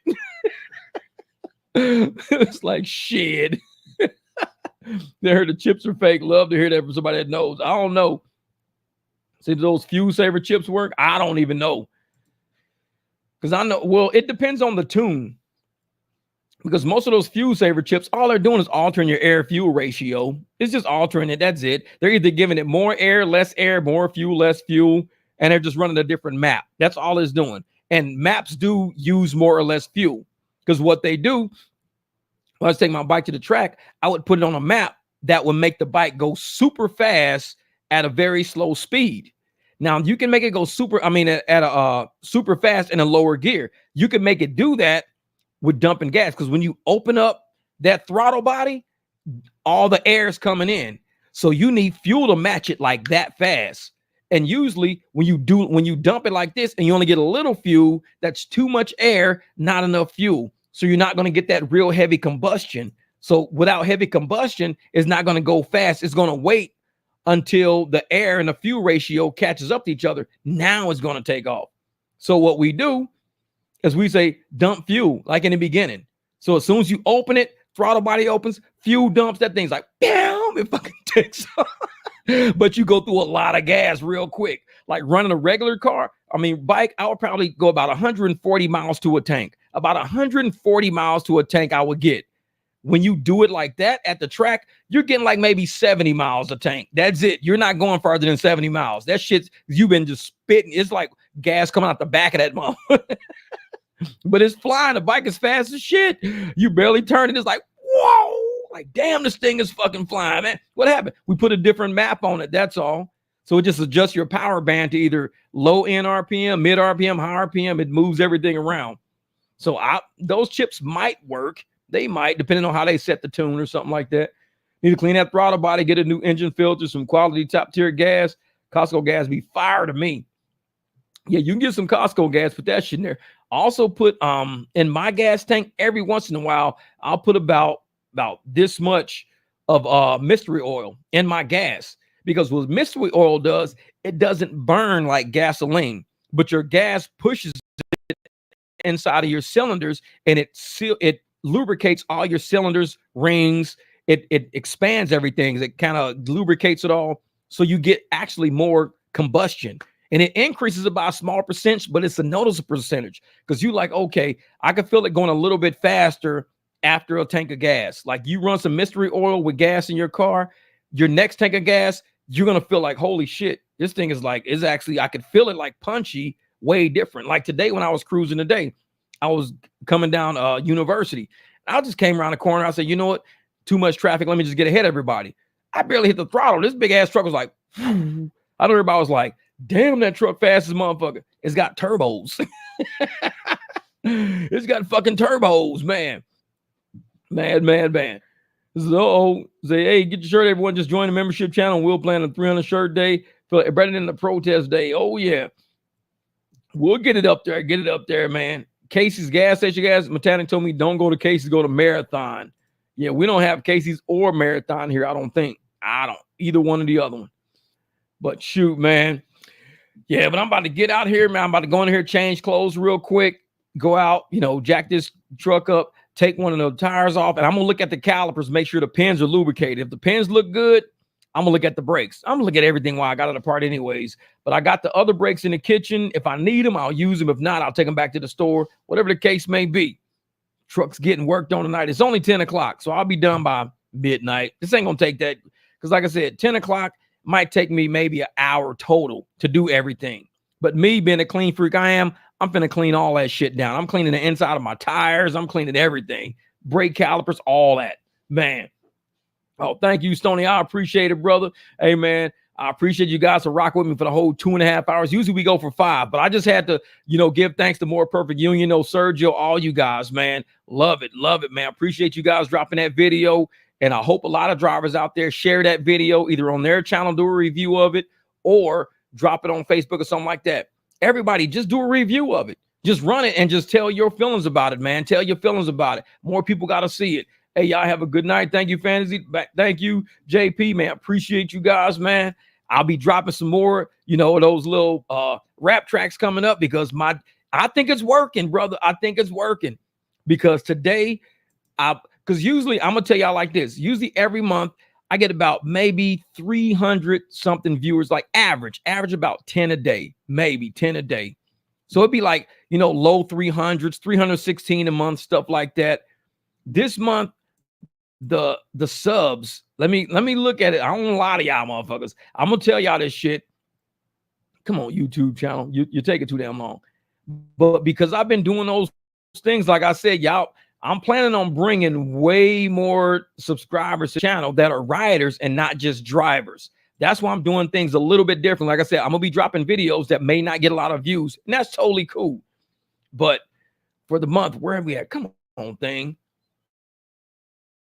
Because usually I'm around about 315 in the last 28 days. It's now 415 in the last 28 days. 415 subscribers in the last 28 days. Usually I'm in the 300, like 310, 315.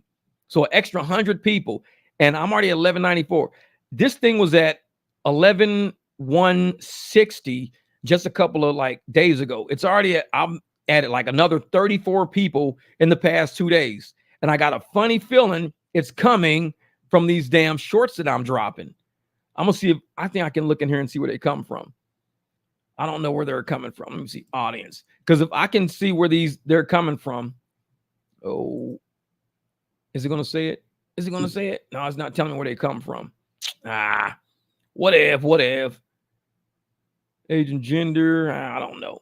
But I'm going to actually figure it out, though. But like I said, I'm going to be doing things differently. I'm going to try to get way more people over here, man. Way more people over here. Because if we can get some riders over here and we can all sit down and we can chat and we can talk, man, that's how riders are going to say, you know what? I'm gonna find me some private drivers, man. I just need like 2 or 3 private drivers, and that's it. I'm gonna have that. I'm not using Uber and Lyft. I'm gonna start using private drivers. It's gonna be doing it. It's gonna be doing it. So yeah, people ask how your night or day is going on the app. Reply, trying to get paid. This app's trying to get played. Thanks so much that Jeff has touched younger people. That's what we do, man. We are trying to do it. We trying to do it. And it's like, yep, ready to handle my first We the 300 Riders t-shirt. Real shit, real shit. So let's get out there and get it, y'all. I'm about to get out here and get on this truck. Appreciate you guys. Have a great evening.